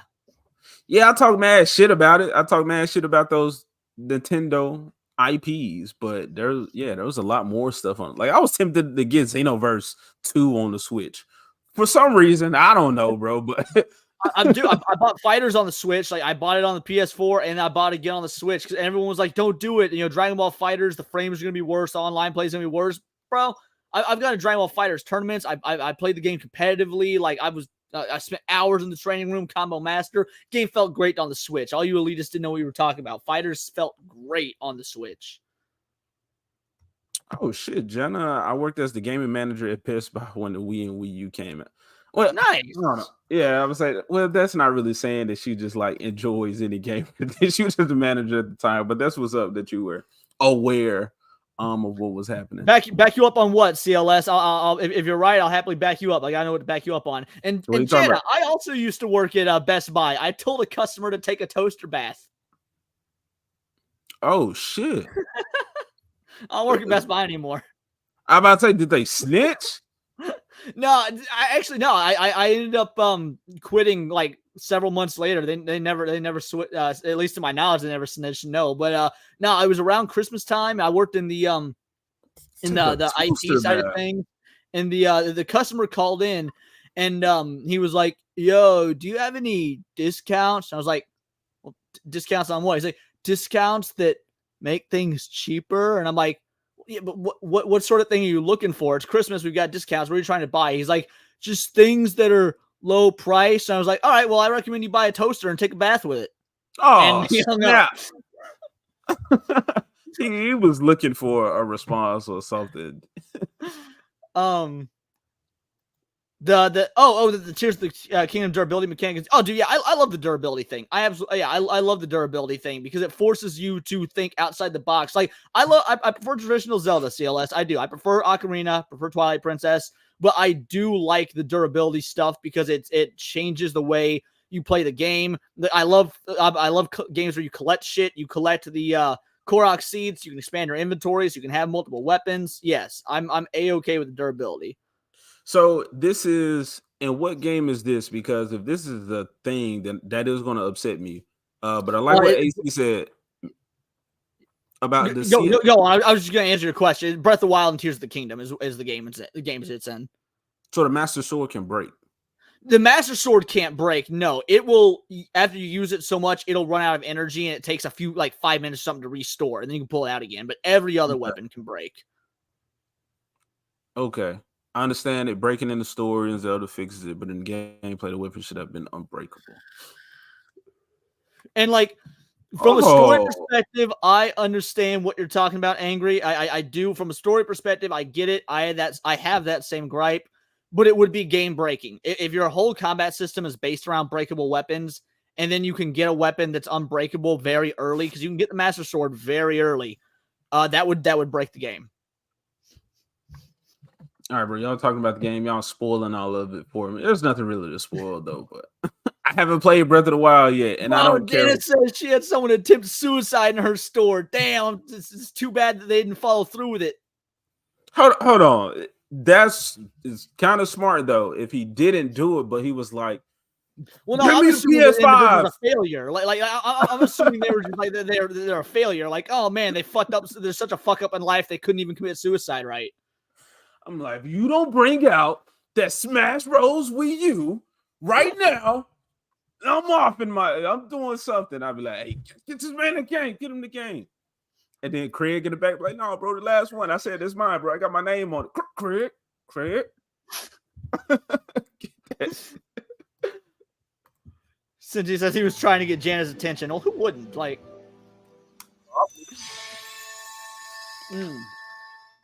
Visions of Mana. I love that they're still using that same 90s art style for the logo. Like the rest of the game looks modern, but this has a nostalgic feel. Does it say exclusive anywhere? Now on the previous screen it said PS4, PS5, but I mean, it might just be because it was PlayStation showing it off. I don't know. Yeah. Either way, it looks good. It definitely looks good. Yeah, man, I'm interested in that. I want to see more from it though, but I need my Monster Tainment, man. I don't need just another JRPG. What's up, man? What did you see? She was upset we wouldn't give her a free laptop, threatened to kill herself. We called the cops. As soon as she sees them, she downs an entire bottle of prescription meds. Bruh, women are such bitches. Nah, man. Meds, that's a cry for help. You know, you go out like a boss. You either take a swan dive off the top of the building or you bring a 45 and take it to the temple. None of that bullshit meds and you can get your stomach pumped and be saved. Do it like a man. Not in I'm public, not advocating man. for this. No one should ever commit suicide. I'm not advocating for that on someone else's stream. I want to see AJ's channel get attacked. Suicide is bad. Never do it. But if you're such a pussy that you're gonna, at least do it right. That's, in Minecraft. I get where you're coming from. I think, but there's, I don't know, some study. I've seen some shit. Maybe it was just me watching Criminal Minds or some shit. But apparently, I said I've seen a study on this one TV show. But yeah, men do more of the hard shit, and then women will do the whole mess thing. But I'm like, look, bro, don't bring the public into your shit. Don't have my kids or whatever seeing you do this fucked up shit. Oh yeah. Of course not. No, like little Timmy's there ready to buy Smash Bros. Wii U, and he sees a woman take a gun to the temple. Like, fuck, I'm never gonna look at Mario the same again. Yeah, the cap is stained with blood. Over a laptop, man. We can have Blam and Tim under one roof. Nonsense retarded. And he still hasn't gotten the help that he needs. Leon, we have 36 minutes, bro. Let's wrap it up, man. Let's wrap it up, and we'll do a part 2 someday. And absolutely, and man, it's been a blast. Thank you for having me on. Like I've had an awesome time, and I still gotta make a video for tomorrow. So. Bro, yeah, I gotta make videos. They'll come when they come. I'm more so doing a bunch of art shit and trying to figure out some stuff for my channel and just trying to be a real creator, man. I can't wait when you do finally get your comic up and going, you get it released, dude. I or even in production, I can't wait to see. I think it's gonna be sick based on the little bits you've told us. Oh man, appreciate that. I'm showing the little stuff, but I got to get more into the digital stuff. I'm glad we was able to make this stream because I actually got to send my computer off to get some maintenance done on it. And I was like, damn, I hope it doesn't happen and I don't get to do the stream, but it did, man. God, the Lord, he looked out for me. He made a way for my degeneracy to come on to make it happen today. But yeah, man, I'm so glad that you were here, that we got to have this conversation. We had some fun. Yeah, bro. My first guest on number 7, episode 7. Happy to do it. Honored, legit. Like Yeah, not even exaggeration. Look, man, as long as you're willing, you will be coming back. Great energy, man. Fun conversation. I guess plug your whatever, what you gotta tell the people what's happening with you. Yeah, man. Well, nerdy news videos daily. I was supposed to have a review for The Boy and the Heron out tomorrow, but honestly, I prefer my reviews to be scripted and highly edited. And given how late it's midnight my time, I still gotta make a video for tomorrow. So The Boy and the Heron review probably getting pushed back to Thursday or Friday. It absolutely will come. So you're just gonna get general nerd news videos. I'm almost at 2,000 subscribers. I'm like 21 away or something, and my goal is to get there before the end of the year. So by all means, anyone in the chat that's not subbed to me, if you want to show your boy some love and help me get that number, that would be much appreciated. And yeah, other than that, look forward to nerdy news every day and my own show on Mondays at 3 o'clock Central Time. And The Boy and the Heron review will be coming. Other than that, just chat, you're awesome. Thanks for being here. Thanks for regaling us with stories of attempted suicide and other crazy shenanigans like opinions on Nintendo games. It's been a hell of a stream. Thank you very much, chat. Thank you, Hail the Lore. I was just looking for the his link and was about to drop that. And then Zach's one of my white daddies with the big shoulders. It said, Blocky, who sends their computer out for repairs? What year is this? Remember what happened to your boy Hunter B. Bro, the reason I'm sending it off is because I'm paying some fucking membership because for this company that anytime my device or whatever is broken, like it's damaged, then they'll fix it for free. So now I'm like, hey, I'm having issues with my PC. They're like, hey, bring it to us. Fuck it. You paying the membership, we'll fix it for you. Hell yeah. I wouldn't fix my own PC. Dude, this bitch is expensive. I'm not gonna trust my dumb ass to do it. Fuck that. I'm gonna pay people to do it. Like exactly. Not said God Porio is my boy. Is Nerd Porio streaming right now? What time is it? He does late night streams all the time. See, it was good Wednesday. Yes. I gotta promote that. That's the point, or one of the things I want to aim to do. I gotta find some furry shit on AJ's PC. It's gonna be tame. It's gonna be tame. Fully clothed. Probably not much clothing, but they're covered up. But no males. Okay, no males. Oh, Renamon. Are you a Digimon fan? Dude, Renamon is great. Like, okay, so if you like Renamon, so I'm gonna send you. You're black. You like rap, I assume. Like, yes, favorite genre. There's this genre out there called nerdcore hip hop, and they rap about nerdy shit. And there's one called the Beasts of Anime Cipher, where all these different like anthropomorphic characters get rap verses as if they were rappers, and Renamon gets a verse and rap by a female. So like, yeah, I'm gonna send it your way. I think you'll like it. Hey, that's hot. I see that right now. Diamond Storm. Hey, yeah, Renamon is she the baby. She the one. Top 3 Digimon: Renamon, Gabumon, and Vmon for me. Ooh, top 3 Digimon, Kabuterimon. Ooh. Yeah, Kabuterimon, Metal War Greymon, because like I'm a 90s kid. Obviously Metal War Greymon. And let's see. Puppetmon. I love Puppetmon's design, dude. Straight up Puppetmon. He's cool as shit. I understand it, but that's that Kid Buu energy. Yeah, exactly. Like. Yeah. No, I like Puppetmon, man. Yeah, bro. I got a Pokemon stream I want to do a Digimon stream. I want to do a Pokemon versus Digimon stream, and I got to do a Dragon Ball stream, and you will definitely be on that. Dude, I'm only well versed in the first 3 seasons of Digimon, but I was one of those kids. I like Digimon more than Pokemon growing up, so the first 3 seasons were tight. Yeah, the 3rd season was the last great season. After that, it was kind of went down. Hey, appreciate everybody that was in the chat.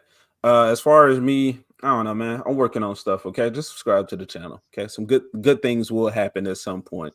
I just don't want to tell you or set you up for, I don't know, to be let down. So just subscribe. Just do that if you're not subscribed to the channel already, and subscribe to Leon. Great takes, despite the lofty comparison, bro. I get it too, but they just mad because we got the best takes. Dude, man, you and Lofty on stream together will crash the fucking internet. We'll suffer a DDoS attack. Like, yeah, bro.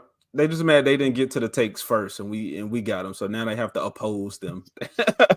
But there you go, people. Let me I like to play my little commercials. I didn't get to do any of this because I didn't want to break or take a break from what we were doing.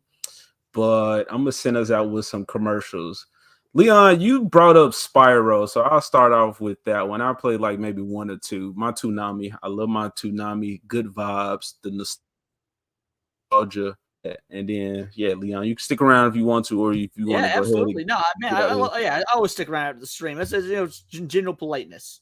Okay. All right, man. I'm taking this out. Chat. Thank you, everybody that was here. Thank you. Like button, subscribe, all the good stuff, all the internet shit that you supposed to do. And catch me next Tuesday for Tighten Up Tuesday. I should be here if my computer's fixed. We'll see. Peace, people.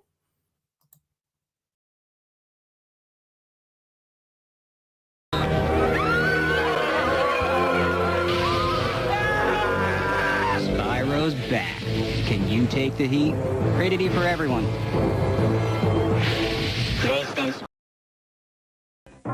This fall, the ultimate Pokemon Showdown is here. Are you ready? Only Burger King has limited edition gold-plated trading cards from Pokemon, the first movie. $1.99 each with every tasty Burger King Big Kids meal you buy. Taste rules.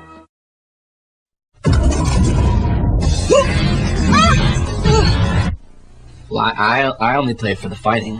I appreciate the expansive multi-tier environments and the 16 characters with the pixel shading bump mapping and the rich plot development. Seriously, why else would I play it?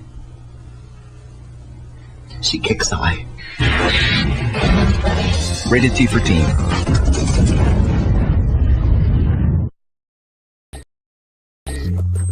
Dreams are meaningful when you work toward them in the real world. If you merely live within the dreams of other people, it's no different from being dead. It's only natural that you feel afraid right now. We all possess something inside us that we cannot compromise. It's that inner passion that gives us the strength and courage to fight. You have no right to tell me what I'm allowed to do or not do, or what knowledge I can or cannot learn. Don't you know you gotta enjoy life, or it'll slip away? The world needs all kinds of people. You should do what you wanna do. Only one small part within a much greater flow. Nothing more than a fraction of the whole. But by putting all those ones together, you get one great all. That's why I won't ever give up. We are getting stronger with every step we take.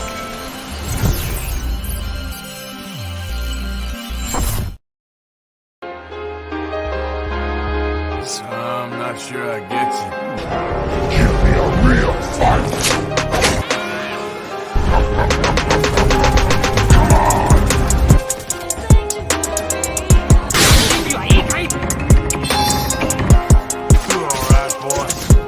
Any of you guys read that chapter in The Art of War about misdirection?